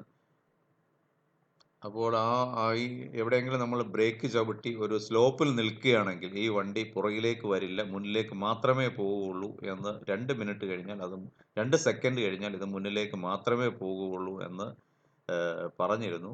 അതും ഈ ഒരു വണ്ടിയുടെ ഒരു നല്ല സേഫ്റ്റി ഫീച്ചറായിട്ട് എനിക്ക് തോന്നുന്നു. സേഫ്റ്റി റേറ്റിംഗിൽ 5 ആണ് ഈ വണ്ടിക്കുള്ളത്. ഇത് വലതുവശത്ത് നമ്മൾ കാണുന്ന LICയുടെ ബിൽഡിംഗാണ്. തിരുവനന്തപുരത്തെ ഏറ്റവും വലിയ സ്ഥാപനങ്ങളിലൊന്നായ LICയുടെ ഹെഡ് ഓഫീസാണ് കണ്ടത്. അപ്പോൾ അത് വളരെ നല്ല ഒരു ഫെസിലിറ്റി ആയിട്ട് തോന്നുന്നു. അതായത് വണ്ടി നമ്മൾ സ്റ്റോപ്പിൽ നിൽക്കുകയാണ്, ബ്രേക്ക് ചെയ്ത് നിൽക്കുകയാണെങ്കിൽ ആ വണ്ടി ഒരിക്കലും പുറകിലേക്ക് വരില്ല. അതുപോലെ ഓട്ടോമാറ്റിക് വണ്ടികളുടെ ഏറ്റവും വലിയൊരു ഗുണം എന്ന് പറയുന്നത് ഈ വണ്ടികൾ ഒരിക്കലും ഓഫ് ആകുകയില്ല. അതായത് നമ്മൾ ഓഫ് ചെയ്യാതെ ഒരിക്കലും വണ്ടി ഓഫ് ആകുകയില്ല. നമ്മൾ ഏത് സിഗ്നലിലും മറ്റേ മാനുവൽ ഓടിക്കുമ്പോൾ നമ്മൾ ഹാഫ് ക്ലച്ചിൽ നിർത്തേണ്ടതായി. ഇപ്പോൾ സ്ലോപ്പിൽ ഒരു സിഗ്നലിൽ പോയി നമ്മൾ നിൽക്കുകയാണെങ്കിൽ നമ്മൾ ഹാഫ് ക്ലച്ചിൽ വേണം വണ്ടി നിർത്താൻ. ഇതിന് അങ്ങനെ ഒരു ഇഷ്യൂവേ വരുന്നില്ല. ഇതൊരിക്കലും ഓഫ് ആവുകയില്ല വണ്ടി. നമ്മൾ ഹാൻഡ് ബ്രേക്ക് ഇട്ട് അല്ലെങ്കിൽ പാർക്കിംഗ് ഇട്ട് അവിടെ നിന്ന് കഴിഞ്ഞാൽ അത് അവിടെ തന്നെ നിൽക്കും. വണ്ടി പുറകോട്ട് വരില്ല, മുന്നോട്ട് പിന്നെ പോവുകയുള്ളൂ. പുറകോട്ട് നമുക്ക് എടുക്കേണ്ട ഒരു കേസ് വരണമെങ്കിൽ നമ്മൾ റിവേഴ്സ് ഗിയർ ഇട്ടെങ്കിൽ മാത്രമേ വണ്ടി പുറകിലേക്ക് വരൂ. അത് പലർക്കും സൗകര്യം, എസ്പെഷ്യലി ലേഡീസിനൊക്കെ വളരെ സൗകര്യമാണ്, അത്ര കൺട്രോൾ ഇല്ലാത്തവർക്ക്. ഇപ്പോൾ നമ്മൾ ഏകദേശം കേശവദാസപുരം എത്തിക്കഴിഞ്ഞു. ഇതൊരു വളരെ തിരക്കുള്ള ഒരു സമയമാണ്. അതുകൊണ്ട് തന്നെ നമ്മളുടെ സ്പീഡ് വളരെ കുറവാണ്. എങ്കിലും കുറച്ചൊക്കെ നമുക്ക് ആ ഒരു ഡ്രൈവിംഗ് കംഫർട്ട് അറിയാൻ വേണ്ടി നമുക്ക് അതേപോലെ ഈ വണ്ടി ഓടിക്കുമ്പോൾ കണ്ട ഒരു ചെറിയൊരു ഡ്രോബാക്കായിട്ട് എനിക്ക് തോന്നിയത് ഇതിൻ്റെ ആ ഒരു വണ്ടിയുടെ ഫ്രണ്ട് എവിടെ വരെ ഉണ്ടെന്ന് നമുക്ക് മനസ്സിലാക്കാൻ പറ്റുന്നില്ല. വണ്ടിയുടെ എഡ്ജ് നമുക്ക് ക്ലിയർ ആയിട്ട് കിട്ടുന്നില്ല. കാരണം വലിയ വലിപ്പമുള്ളത് കൊണ്ടാണെങ്കിൽ കൂടിയും നമുക്ക് ആ ബോണറ്റിൻ്റെ എഡ്ജ് നമുക്ക് മനസ്സിലാക്കാൻ പറ്റുന്നില്ല. അതേപോലെ തന്നെ സാധാരണ വണ്ടികൾക്ക് ഫ്രണ്ടിലേക്ക് വരുമ്പോൾ ഒരു ഫിഷ് ഷേപ്പാണ്. അതായത് ഫ്രണ്ട് ചെറുതായി വരും. ഇപ്പോൾ നമ്മൾ ക്ലിയർ ആയിട്ട് അറിയണമെങ്കിൽ നമ്മുടെ പഴയ മാരുതിയുടെ വണ്ടികളൊക്കെ നോക്കുകയാണെങ്കിൽ സ്വിഫ്റ്റൊക്കെ ഫ്രണ്ടിലേക്ക് വരുമ്പോൾ ഒരു മീനിൻ്റെ മുഖം പോലെ ചെറുതായി വരും. അത് നമുക്ക് ഡ്രൈവിങ്ങിന് വളരെ കംഫർട്ടബിൾ ആണ്. കാരണം നമുക്കത് ടേൺ ചെയ്യാനും എവിടം വരെ ഉണ്ട് നമ്മുടെ വണ്ടി അങ്ങനെയുള്ള എഡ്ജ് കാര്യങ്ങളൊക്കെ അറിയാം. പക്ഷേ ഈ വണ്ടി മൊത്തത്തിൽ ഒരു ബോക്സ് ഷേപ്പിലാണ്.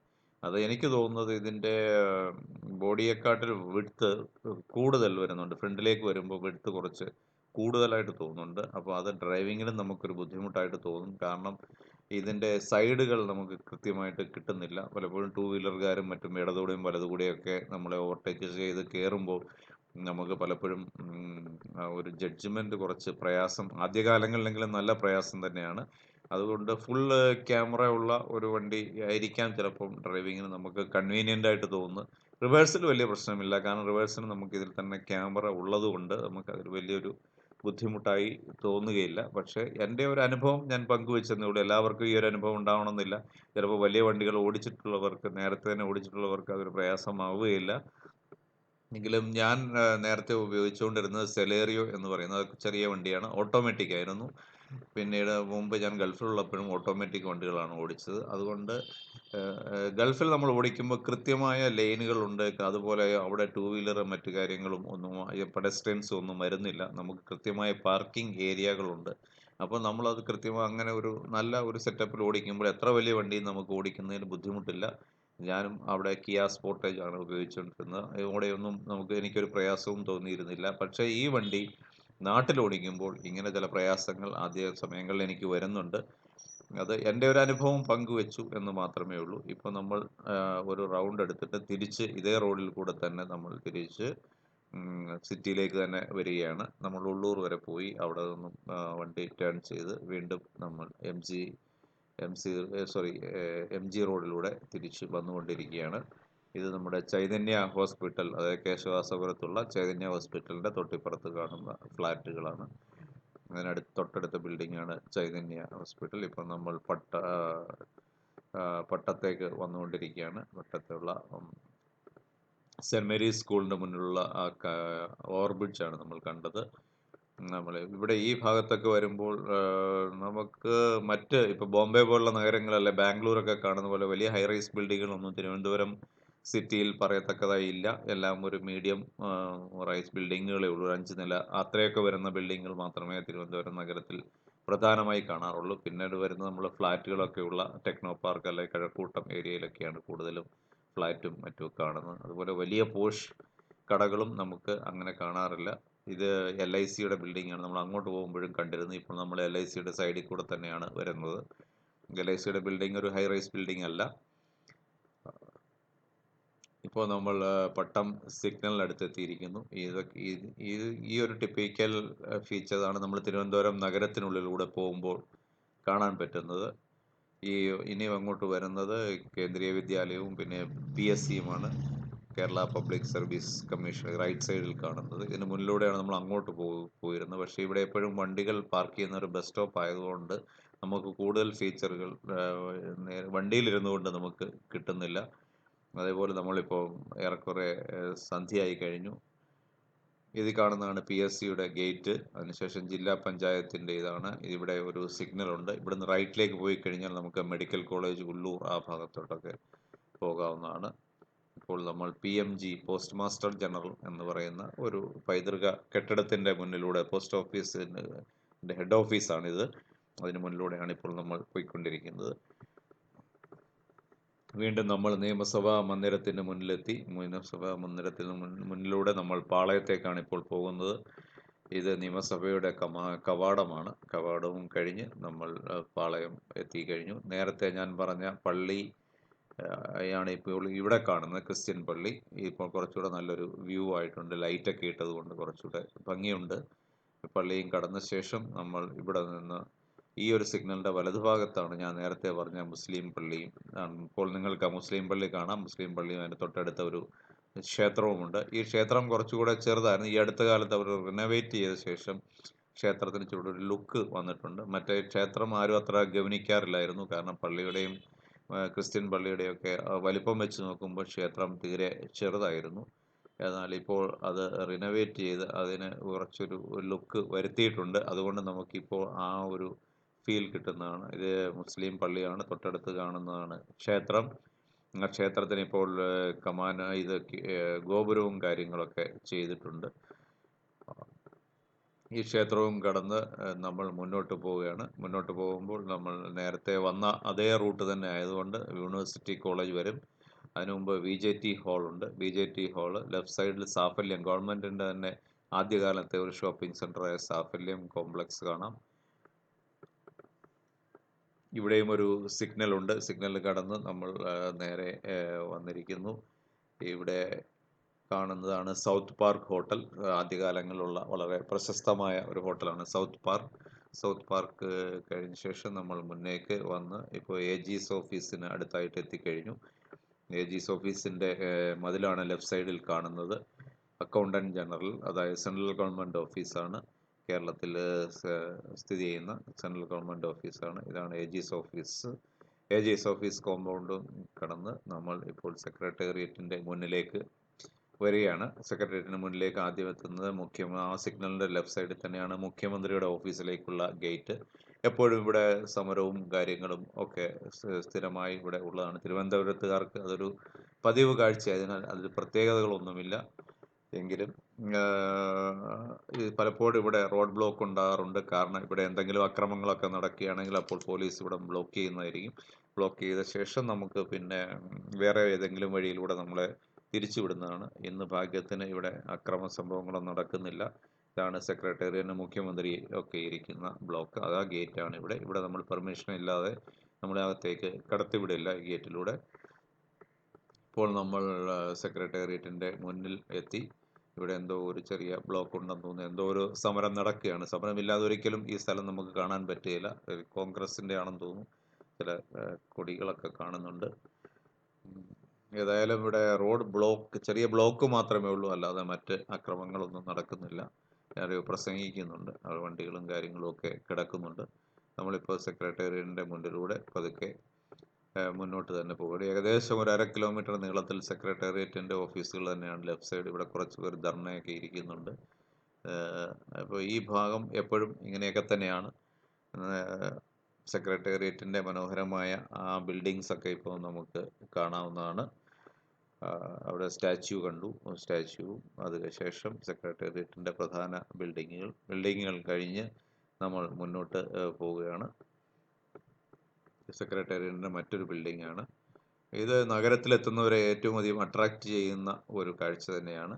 ഇപ്പോൾ നമ്മൾ വണ്ടി ഇനിയൊരു ഇനിയുള്ള സമയം നമുക്ക് നൈറ്റിൽ കുറച്ച് ഡ്രൈവ് ചെയ്ത് നോക്കാം. ഇത് നമ്മുടെ വണ്ടി ലൈറ്റുകളൊക്കെ ഇട്ട് ഒന്ന് നോക്കിയതാണ്. ഇപ്പോൾ അതിൻ്റെ ഒരു ലുക്ക് ഇങ്ങനെയാണ്. ഇതിൻ്റെ ടെയിൽ, അതായത് മിററിൻ്റെ സൈഡിൽ തന്നെ ഒരു ഇൻഡിക്കേറ്റർ ബൾബുണ്ട്. അതും നമ്മളിപ്പോൾ ഇൻഡിക്കേറ്റർ ഇടുമ്പോൾ ആ ബൾബ് കൂടി കത്തുന്നതാണ്. അത് ഒരു അഡ്വാൻറ്റേജ് തന്നെയാണ്. പുറകിൽ ഞാൻ നേരത്തെ പറഞ്ഞ പോലെ ഫുൾ സ്ട്രിപ്പ് പോലെയുള്ള ബ്രേക്ക് ലൈറ്റ് ഉണ്ട്. മുകളിലും ബ്രേക്ക് ലൈറ്റ് ഉണ്ട്. ഈ ഒരു ലാമ്പിൻ്റെ കാര്യമാണ് ഞാൻ പറഞ്ഞത്. പിന്നീട് ഇതിൽ തന്നെ ഇൻഡിക്കേറ്റർ ബിൽറ്റ് ഇൻ ആയിട്ടുള്ളതാണ്, ഇതിൽ കാണുന്നത് പോലെ തന്നെ.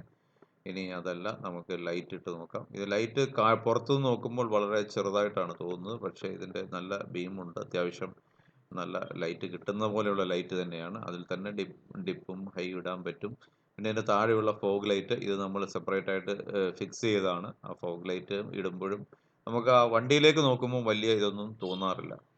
ഇത് നമ്മുടെ ഡിസ്പ്ലേ ആണ്, ഡിജിറ്റൽ ഡിസ്പ്ലേ. ഇപ്പോൾ രാത്രിയായപ്പോൾ അതിനൊരു ലുക്കൊക്കെ വന്നിട്ടുണ്ട്. അതായത് കുറച്ചുകൂടെ നന്നായിട്ട് കാണുന്നുണ്ട്. നമ്മുടെ ഡാഷ്ബോർഡും ഡ്രൈവർ സീറ്റും അതിൻ്റെ ഉള്ള AC-യുടെ ആ ഏരിയയും എല്ലാം തന്നെ നമുക്ക് കുറച്ചുകൂടെ ഒരു അട്രാക്റ്റീവായിട്ട് തോന്നുന്നുണ്ട്. ഇപ്പോൾ മാനുവലിലേക്കൊന്ന് ഇട്ട് നോക്കിയാണ്. മാനുവലിൽ ഇപ്പോൾ 1-ലാണ് കിടക്കുന്നത്.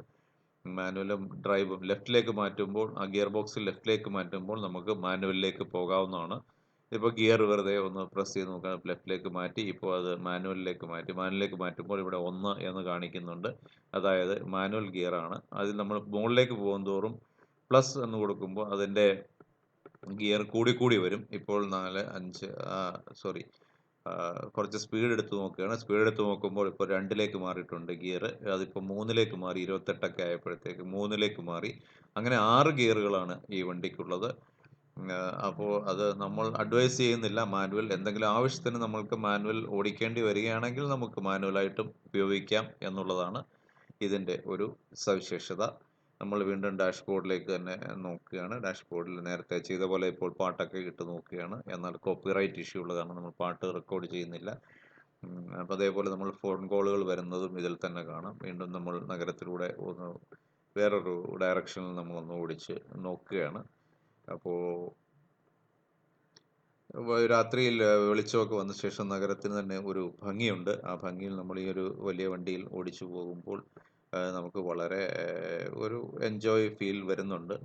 പിന്നീട് ഈ വണ്ടിയിൽ ഉപയോഗിച്ച ശേഷം എനിക്ക് തോന്നിയ ഒരു കാര്യം വളരെ കംഫർട്ടബിൾ ആണ്. സാധാരണ കുഴിയിലും കാര്യങ്ങളും ഒന്നും നമുക്ക് അറിയുന്നില്ല. ഈ റോഡിൽ അങ്ങനെ കുഴിയില്ല. കാരണം ഈ അടുത്ത കാലത്ത് തന്നെ ടാർ ചെയ്തതാന്ന് കണ്ടാലറിയാം. വളരെ നീറ്റായിട്ട് കിടക്കുന്നുണ്ട്. എന്നാൽ ഇപ്പോൾ അല്പസ്വല്പം ചെറിയ അണ്ടുലേഷൻ ഉള്ള റോഡാണെങ്കിൽ പോലും നമുക്ക് വളരെ കംഫർട്ടബിൾ ആയിട്ട് ഇരിക്കാൻ പറ്റും. നമ്മൾ ഒരിക്കലും ആ ഒരു കുലുക്കവും മറ്റും അറിയില്ല. നമ്മളിപ്പോൾ ഒരു വോൾവോ ബസ്സിലൊക്കെ ഇരിക്കുന്ന പോലെയുള്ള ചെറിയ ഒരു ഒരു ഒരു ഷേക്ക് മാത്രമേ നമുക്ക് കിട്ടുകയുള്ളൂ. സാധാരണ എൻ്റെ പഴയ വണ്ടി സെലേറിയോ ആയിരുന്നപ്പോൾ നല്ലപോലെ അതിൽ അത്ര ലക്ഷറി വണ്ടിയല്ല. അതൊരു സാദാ വണ്ടിയായിരുന്നതുകൊണ്ട് നമുക്ക് വണ്ടി ഓടിക്കൊണ്ടിരിക്കുമ്പോൾ പല കുലുക്കവും കാര്യങ്ങളൊക്കെ അറിയാമായിരുന്നു. പക്ഷേ ഇതിൽ അങ്ങനെയുള്ള കുലുക്കങ്ങളൊന്നും നമുക്ക് അറിയുകയില്ല. പിന്നെ എസി കംഫർട്ടബിൾ. പഴയ വണ്ടിയിലുള്ള ഏറ്റവും വലിയൊരു ഡ്രോബാക്ക് പുറകിലിരിക്കുന്നവർക്ക് കാര്യമായ എസി ഒന്നും തന്നെ കിട്ടുമായിരുന്നില്ല. അപ്പോൾ നമ്മൾ എത്ര മാക്സിമത്തിൽ ഇട്ട് കഴിഞ്ഞാലും ഇപ്പോൾ ഒരു 3ന് മേലോട്ട് എസി സെറ്റ് ചെയ്യുമ്പോൾ തന്നെ നമുക്കത് ഒരു കാറ്റ് ഒരു എന്തോ ഒരു ശബ്ദം മാത്രമാണ് കൂടുതലായിട്ട് വരുന്നത്. അല്ലാതെ ഒരു കംഫർട്ട് കിട്ടാറില്ലായിരുന്നു. പക്ഷേ ഈ എസിയിൽ ഇപ്പോൾ ഇത് പുറകിൽ 2 വെന്റുകൾ ഉള്ളതുകൊണ്ട് പുറകിൽ ഇരിക്കുന്നവർക്ക് വളരെ കംഫർട്ടബിൾ ആണ്. പോരെങ്കിൽ ഇതിന് 2 എസി നോബുകളും കാര്യങ്ങളും ഒക്കെ ഉള്ളതുകൊണ്ട് എസി ഇതിനൊരു ഇഷ്യൂ അല്ല. വളരെ കംഫർട്ടബിൾ ആണ് ഈ വണ്ടിയുടെ എസി. പിന്നെ ഇതിൻ്റെ ഒരു ഡ്രോബാക്ക് ആയിട്ട് പൊതുവേ ആൾക്കാർ പറയുന്നത് ഇതിൻ്റെ ഉള്ളിലുള്ള ഇൻറ്റീരിയർ വൈറ്റിലാണ് പകുതി ഭാഗം ചെയ്തിരിക്കുന്നത്. സാധാരണ വണ്ടികളിൽ ഒരു ഡാർക്ക് ഷെയ്ഡായിരിക്കും. ഡാർക്ക് ഷെയ്ഡാകുമ്പോൾ നമുക്ക് അഴുക്ക് പറ്റിയാലൊന്നും പെട്ടെന്ന് അറിയില്ല.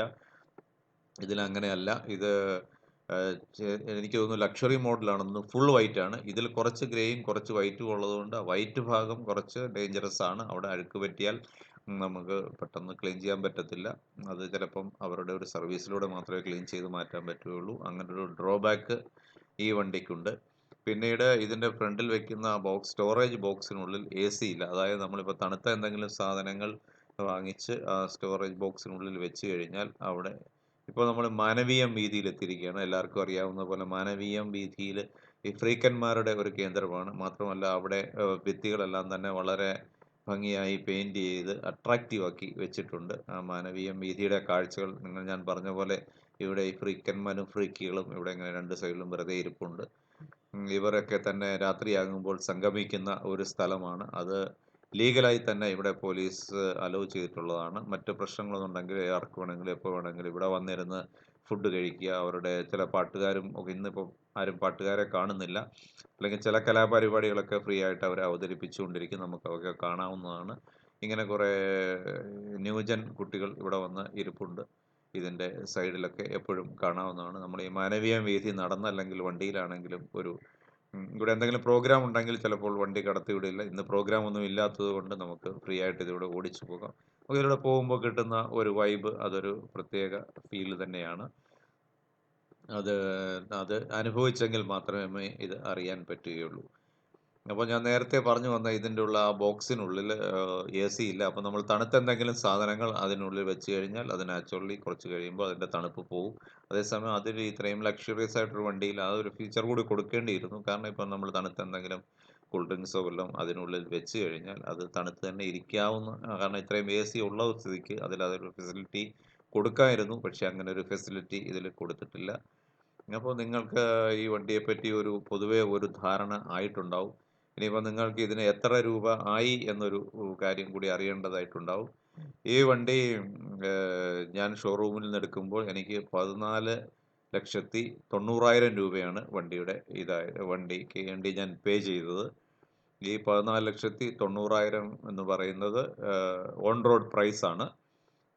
ആ ഓൺ റോഡ് പ്രൈസ് കൂടാതെ 40,000 രൂപയുടെ ആക്സസറീസ് കൂടി ഞാൻ വാങ്ങിക്കുകയുണ്ടായി. ആ വണ്ടിയിൽ എനിക്ക് ഡിസ്കൗണ്ട് ഒന്നും തന്നെ കിട്ടിയില്ല. എന്നാൽ ആക്സസറീസിൽ ചെറിയൊരു ഡിസ്കൗണ്ട് കിട്ടി. അങ്ങനെ ഞാൻ 15,30,000 രൂപയ്ക്കാണ് ഞാൻ ഈ വണ്ടി വാങ്ങിയത്. അപ്പോൾ ഈ വണ്ടിയുടെ വില നിങ്ങൾക്ക് മനസ്സിലായി കാണും. ഇതിൽ ഓരോ വേരിയൻ്റ് അനുസരിച്ചിട്ട് ഇതിൻ്റെ വില കൂടിയും കുറഞ്ഞും വരും. ഏറ്റവും ലക്ഷറിയസ് മോഡലായിട്ട് പറയുന്നത് AX7 ലക്ഷറി പെട്രോൾ ഓട്ടോമാറ്റിക്. അതാണ് ഏറ്റവും ഹൈ എൻഡ് വേരിയൻ്റ് ആയിട്ട് എനിക്ക് പറയുന്നത്. ഏറ്റവും ചെറിയ വേരിയൻ്റ് ആയിട്ട് വരുന്നത് MX1 എന്നുള്ള വേരിയൻ്റ് ആണ്. ഞാൻ എടുത്തത് AX5 പെട്രോൾ ഓട്ടോമാറ്റിക് ആണ്. അതാണ് ഏറ്റവും വാല്യൂ ഫോർ മണി വേരിയൻ്റ് ആയിട്ട് പറയുന്നത്. കാരണം അതിന് അധികം അക്സസറീസ് ഒന്നും തന്നെ ആഡ് ചെയ്യേണ്ട കാര്യമില്ല. കാരണം അലോയ് വീല്, പിന്നെ സൺറൂഫ്, പുറകിലുള്ള വൈപ്പർ, ഇങ്ങനെയുള്ള കാര്യങ്ങളെല്ലാം തന്നെ അതിൻ്റെ കൂടെ തന്നെ ബിൽറ്റ് ഇൻ ഫീച്ചറായിട്ട് വരുന്നുണ്ട്. അപ്പോൾ അതുകൊണ്ടായിരിക്കാം അത് വാല്യൂ ഫോർ മണി എന്ന് പറയുന്നത്. പിന്നെ ഡ്രൈവിങ്ങിനെ പറ്റി പൊതുവെ കാര്യങ്ങളെല്ലാം തന്നെ ഞാൻ പറഞ്ഞു കഴിഞ്ഞു. ഇനി ഇതിൻ്റെ കളർ, എനിക്ക് അത്ര ഇഷ്ടപ്പെടാതെ പോയ ഒരു കാര്യം ഇതിൻ്റെ കളറാണ്. ഇതിൻ്റെ കളറ് ഒരു ബ്ലാക്ക് ആണെന്നാണ് പലപ്പോഴും കാണുന്നവർക്കെല്ലാം തന്നെ തോന്നുന്നത്. ഈ അടുത്ത കാലത്ത് എൻ്റെ ഒരു സുഹൃത്ത് സംസാരിച്ച് പറഞ്ഞു, ഞാൻ വണ്ടി കണ്ടിരുന്നു, മറ്റേ ഒരു ബ്ലാക്ക് വണ്ടിയല്ലേ എന്ന് പറഞ്ഞു. ഞാൻ പറഞ്ഞു അല്ല, ബ്ലൂ വണ്ടിയാണെന്ന് പറഞ്ഞു. അല്ല, അയാൾ പറഞ്ഞു അല്ല അല്ല, ഞാൻ കണ്ടത് ഒരു ബ്ലാക്ക് വണ്ടിയാണല്ലോ എന്നാണ്. അപ്പോൾ അങ്ങനെ നമുക്കൊരു കൺഫ്യൂസ് ആകുന്ന രീതിയിലുള്ള ഒരു ബ്ലൂ ആണ് ഇതിൻ്റെ. നെബുല ബ്ലൂ എന്നാണ് ഇതിൻ്റെ പേര്. പക്ഷേ ഇത് ഡാർക്ക് ബ്ലാക്കുമായിട്ട് വളരെയധികം അടുത്ത് നിൽക്കുന്ന ഒരു കളറാണ്. അതുകൊണ്ട് പലർക്കും ഇത് ബ്ലാക്ക് കളറാണെന്ന് തെറ്റിദ്ധരിക്കുന്നുണ്ട്. പിന്നെ രജിസ്ട്രേഷൻ്റെ കാര്യം ഞാൻ ആദ്യമേ പറഞ്ഞിരുന്നു. നമ്മൾ പുതിയ വണ്ടി എടുക്കുമ്പോൾ നമുക്ക് 2 ഓപ്ഷൻ ഉണ്ട്. ഒന്നുകിൽ നമുക്ക് റണ്ണിങ് നമ്പർ ഇട്ട് വാങ്ങിക്കാം. അതായത് അവർ തന്നെ നമ്പർ പ്ലേറ്റ് സെറ്റ് ചെയ്ത് തരും. അപ്പോൾ ആ സമയത്ത് അവൈലബിൾ ആയിട്ടുള്ള നമ്പർ ഏതാണോ അത് ആയിരിക്കും നമുക്ക് കിട്ടുക. ഇപ്പോൾ തിരുവനന്തപുരത്ത് ഇപ്പോൾ അവൈലബിൾ ആയിട്ടുള്ള നമ്പർ സീരീസ് ഏതാണോ, ഇപ്പോൾ DE എന്നുള്ള സീരീസാണ് ഇപ്പോൾ ലഭിച്ചുകൊണ്ടിരിക്കുന്നത്. അതിൽ വരുന്ന നമ്പർ ഇപ്പോൾ 1988 എന്നുള്ള നമ്പറാണ് വരുന്നതെങ്കിൽ അതാണ് നമുക്ക് ലഭിക്കുക. അതല്ലെങ്കിൽ നമുക്കൊരു ഓപ്ഷൻ എന്ന് പറയുന്നത് ടെമ്പററി രജിസ്ട്രേഷൻ എടുക്കുക എന്നുള്ളതാണ്. ടെമ്പററി രജിസ്ട്രേഷൻ എടുത്തു കഴിഞ്ഞാൽ 6 മാസം വരെ നമുക്ക് അതേ നമ്പറിൽ ഓടിക്കാൻ പറ്റുമെന്നാണ് പറയുന്നത്. ഇപ്പോൾ സിറ്റിയിലാണ് നമ്മൾ ഓടിക്കുന്നത്. ഇപ്പോൾ സിറ്റിയിൽ ഒരു 25 കിലോമീറ്റർ ആ ഒരു സ്പീഡിലാണ് നമ്മളിപ്പോഴും പോയിക്കൊണ്ടിരിക്കുന്നത്. അപ്പോൾ നമ്മൾ ടെമ്പററി രജിസ്ട്രേഷൻ എടുത്തു കഴിഞ്ഞാൽ പിന്നെ നമ്മൾ തന്നെ ഒന്നുകിൽ ഫാൻസി നമ്പർ ചൂസ് ചെയ്യും, അല്ലെങ്കിൽ നമുക്ക് ഇഷ്ടപ്പെട്ട ഒരു നോർമൽ നമ്പർ വേണമെങ്കിൽ നമുക്ക് ചൂസ് ചെയ്യാവുന്നതാണ്. ആ ചൂസ് ചെയ്യുന്നത് നമ്മൾ തന്നെയാണ് ചെയ്യേണ്ടത്. നമ്മൾ തന്നെ ഓൺലൈനായിട്ട് പോയി RTOയുടെ സൈറ്റിൽ പോയി, പരിവാഹൻ എന്ന് പറയുന്ന സൈറ്റുണ്ട്, ആ സൈറ്റിൽ പോയ ശേഷം നിങ്ങൾക്ക് അത് രജിസ്റ്റർ ചെയ്ത് വാങ്ങിക്കാവുന്നതാണ്. എന്നിട്ട് ആ നമ്പർ നമ്മൾ ഷോറൂമിൽ അതിനുള്ള പേപ്പർ, അതായത് നമ്മുടെ അലോട്ട്മെൻറ്റ് പേപ്പർ കിട്ടും. അത് കൊണ്ടുപോയി കൊടുത്തു കഴിഞ്ഞാൽ അവർ തന്നെ നമ്പർ പ്ലേറ്റ് അടിച്ച് നമുക്ക് ഫിക്സ് ചെയ്ത് തരുന്നതാണ്. ഇപ്പോൾ ഞങ്ങളൊരു എന്തെങ്കിലും ഫാൻസി നമ്പറിനോട്, ഇത് RBIയുടെ ഓഫീസാണ് ലെഫ്റ്റ് സൈഡിൽ കാണുന്നത്. ഇത് ബേക്കറി ജംഗ്ഷനാണ്. ഇവിടെ ഇപ്പോൾ കുറച്ച് ലൈറ്റും കാര്യങ്ങളൊക്കെ അവർ സെറ്റ് ചെയ്തിട്ടുണ്ട്. അതുകൊണ്ടാണ്. ഇത് കൂടാതെ ഈ തട്ടുകടകളുടെ ഒരു പ്രധാനപ്പെട്ട, ഒരുപാട് പേർ കഴിക്കാൻ വരുന്ന തട്ടുകടകളാണ് ഈ റൈറ്റ് സൈഡിൽ കണ്ടത്. പിന്നീട് നമ്മളിപ്പോൾ വഴുതക്കാട് ഏരിയയിലോട്ട് പോയിക്കൊണ്ടിരിക്കുകയാണ്. അപ്പോൾ ഞങ്ങൾ ഫാൻസി നമ്പർ പ്ലാൻ ചെയ്യുന്നില്ലെങ്കിലും നമുക്ക് ഇഷ്ടപ്പെട്ട ഒരു നമ്പർ സെലക്ട് ചെയ്യാമെന്ന് വിചാരിച്ചിട്ട് ഞങ്ങൾ ആ ഒരു ടെമ്പററി രജിസ്ട്രേഷൻ എന്നുള്ള ഒരു ഓപ്ഷനാണ് എടുത്തത്. അതുകൊണ്ടാണ് നമ്മളുടെ കയ്യിൽ ഇപ്പോഴും ആ മഞ്ഞ ബോർഡ് കണ്ടുകൊണ്ടിരിക്കുന്നത്. പിന്നീട് ഇനി അടുത്ത സർവീസൊക്കെ ആവുമ്പോഴത്തേക്ക് നമുക്ക് ഇത് നമ്പർ മാറ്റിയെടുക്കാം എന്ന് വിചാരിക്കുന്നു. പിന്നെ ഇതിൻ്റെ ആദ്യത്തെ സർവീസിൻ്റെ കാര്യം പറഞ്ഞിരിക്കുന്നത് 2000 കിലോമീറ്റർ, അതല്ലെങ്കിൽ 2 മാസം. ഇത് ഏതാണ് ആദ്യം വരുന്നത് അപ്പോഴാണ് നമ്മൾ സർവീസിന് കൊണ്ടുപോകേണ്ടത്. അപ്പോൾ ഞങ്ങൾക്ക് ജനുവരി 1 എടുത്ത വണ്ടി ആയതുകൊണ്ട് ഫെബ്രുവരി എൻഡ് വരെയും സമയമുണ്ട്. ഇത് നമ്പറിന് നമുക്ക് 6 മാസത്തെ സമയമുണ്ടെന്നാണ് പറയുന്നത് രജിസ്ട്രേഷന് വേണ്ടി. അതേസമയം നമ്മുടെ ആദ്യത്തെ സർവീസ് 2 മാസം ആകുമ്പോഴാണ് വരുന്നത്. ഫെബ്രുവരി അവസാനമേ വരുന്നുള്ളൂ. അപ്പോൾ നമ്മുടെ വണ്ടിയെപ്പറ്റി ഏറെക്കുറെ പറയാനുള്ള കാര്യങ്ങളൊക്കെ തന്നെ ഞാൻ പറഞ്ഞു കഴിഞ്ഞു. ഇനി എന്തെങ്കിലും മിസ് ഔട്ട് ആയിട്ടുണ്ടെങ്കിൽ അത് നിങ്ങൾക്ക് കമൻസിൽ ഇടാവുന്നതാണ്. പിന്നീട് ഇതിൻ്റെ ഒരു ലോങ് ഡ്രൈവ് പോകണമെന്നുണ്ട്. ഞങ്ങൾ ഇതുവരെ ലോങ് ഡ്രൈവ് എങ്ങും പോയില്ല. സിറ്റിക്കുള്ളിലും പിന്നെ ഇങ്ങനെയൊക്കെയുള്ള ട്രിപ്പുകൾ മാത്രമേ ഇപ്പോൾ ചെയ്യുന്നുള്ളൂ. അതുകൊണ്ട് നിങ്ങൾക്ക് ആരെങ്കിലും ഈ 3XO ചൂസ് ചെയ്യുന്നുണ്ടെങ്കിൽ അത് നല്ലൊരു ചോയ്സ് തന്നെയാണ്. പിന്നീട് ഇതിൻ്റെ ഫ്യൂവൽ എഫിഷ്യൻസിയെ പറ്റി പറയുമ്പോൾ ഇവർ പറയുന്നത് 18 കിലോമീറ്ററാണ് ഫ്യൂവൽ എഫിഷ്യൻസി പറഞ്ഞിരിക്കുന്നത്. പെട്രോൾ വണ്ടിയാണ്. എന്നാൽ എൻ്റെ ഇതുവരെയുള്ള അനുഭവത്തിൽ എനിക്ക് 14 കിലോമീറ്റർ വരെ മാത്രമേ ലോങ് ഡ്രൈവിൽ, അതായത് MC റോഡിൽ ഒരു 100 കിലോമീറ്ററോളം പോയപ്പോൾ എനിക്ക് 14 കിലോമീറ്റർ വരെ മാത്രമേ കിട്ടിയിട്ടുള്ളൂ. അത് സിറ്റിക്കുള്ളിൽ എനിക്ക് 10നും 12നും ഇടയിലാണ് ഇപ്പോൾ കിട്ടിക്കൊണ്ടിരിക്കുന്നത്. അപ്പോൾ പറയുന്നൊരു കാര്യം, ഒരു സർവീസൊക്കെ കഴിഞ്ഞ് നമുക്ക് ഫുള്ളായിട്ടുള്ള ആ വണ്ടിയുടെ ബെനിഫിറ്റ്സ് കിട്ടുകയുള്ളൂ എന്ന് സാറിന് പൊതുവെ പറയാറുണ്ട്. അത് ശരിയായിരിക്കാം. അങ്ങനെയാണെങ്കിൽ നമുക്ക് അടുത്ത സർവീസ് കഴിയുമ്പോൾ കുറച്ചുകൂടി ഒരു ഇമ്പ്രൂവ്മെൻറ്റ് പ്രതീക്ഷിക്കാം. പിന്നെ ഞങ്ങൾ താമസിക്കുന്നത് തിരുവനന്തപുരം സിറ്റിക്കുള്ളിലായതുകൊണ്ട് ഞങ്ങൾക്ക് കൂടുതലും ആവശ്യം സിറ്റിക്കുള്ളിൽ തന്നെയാണ്.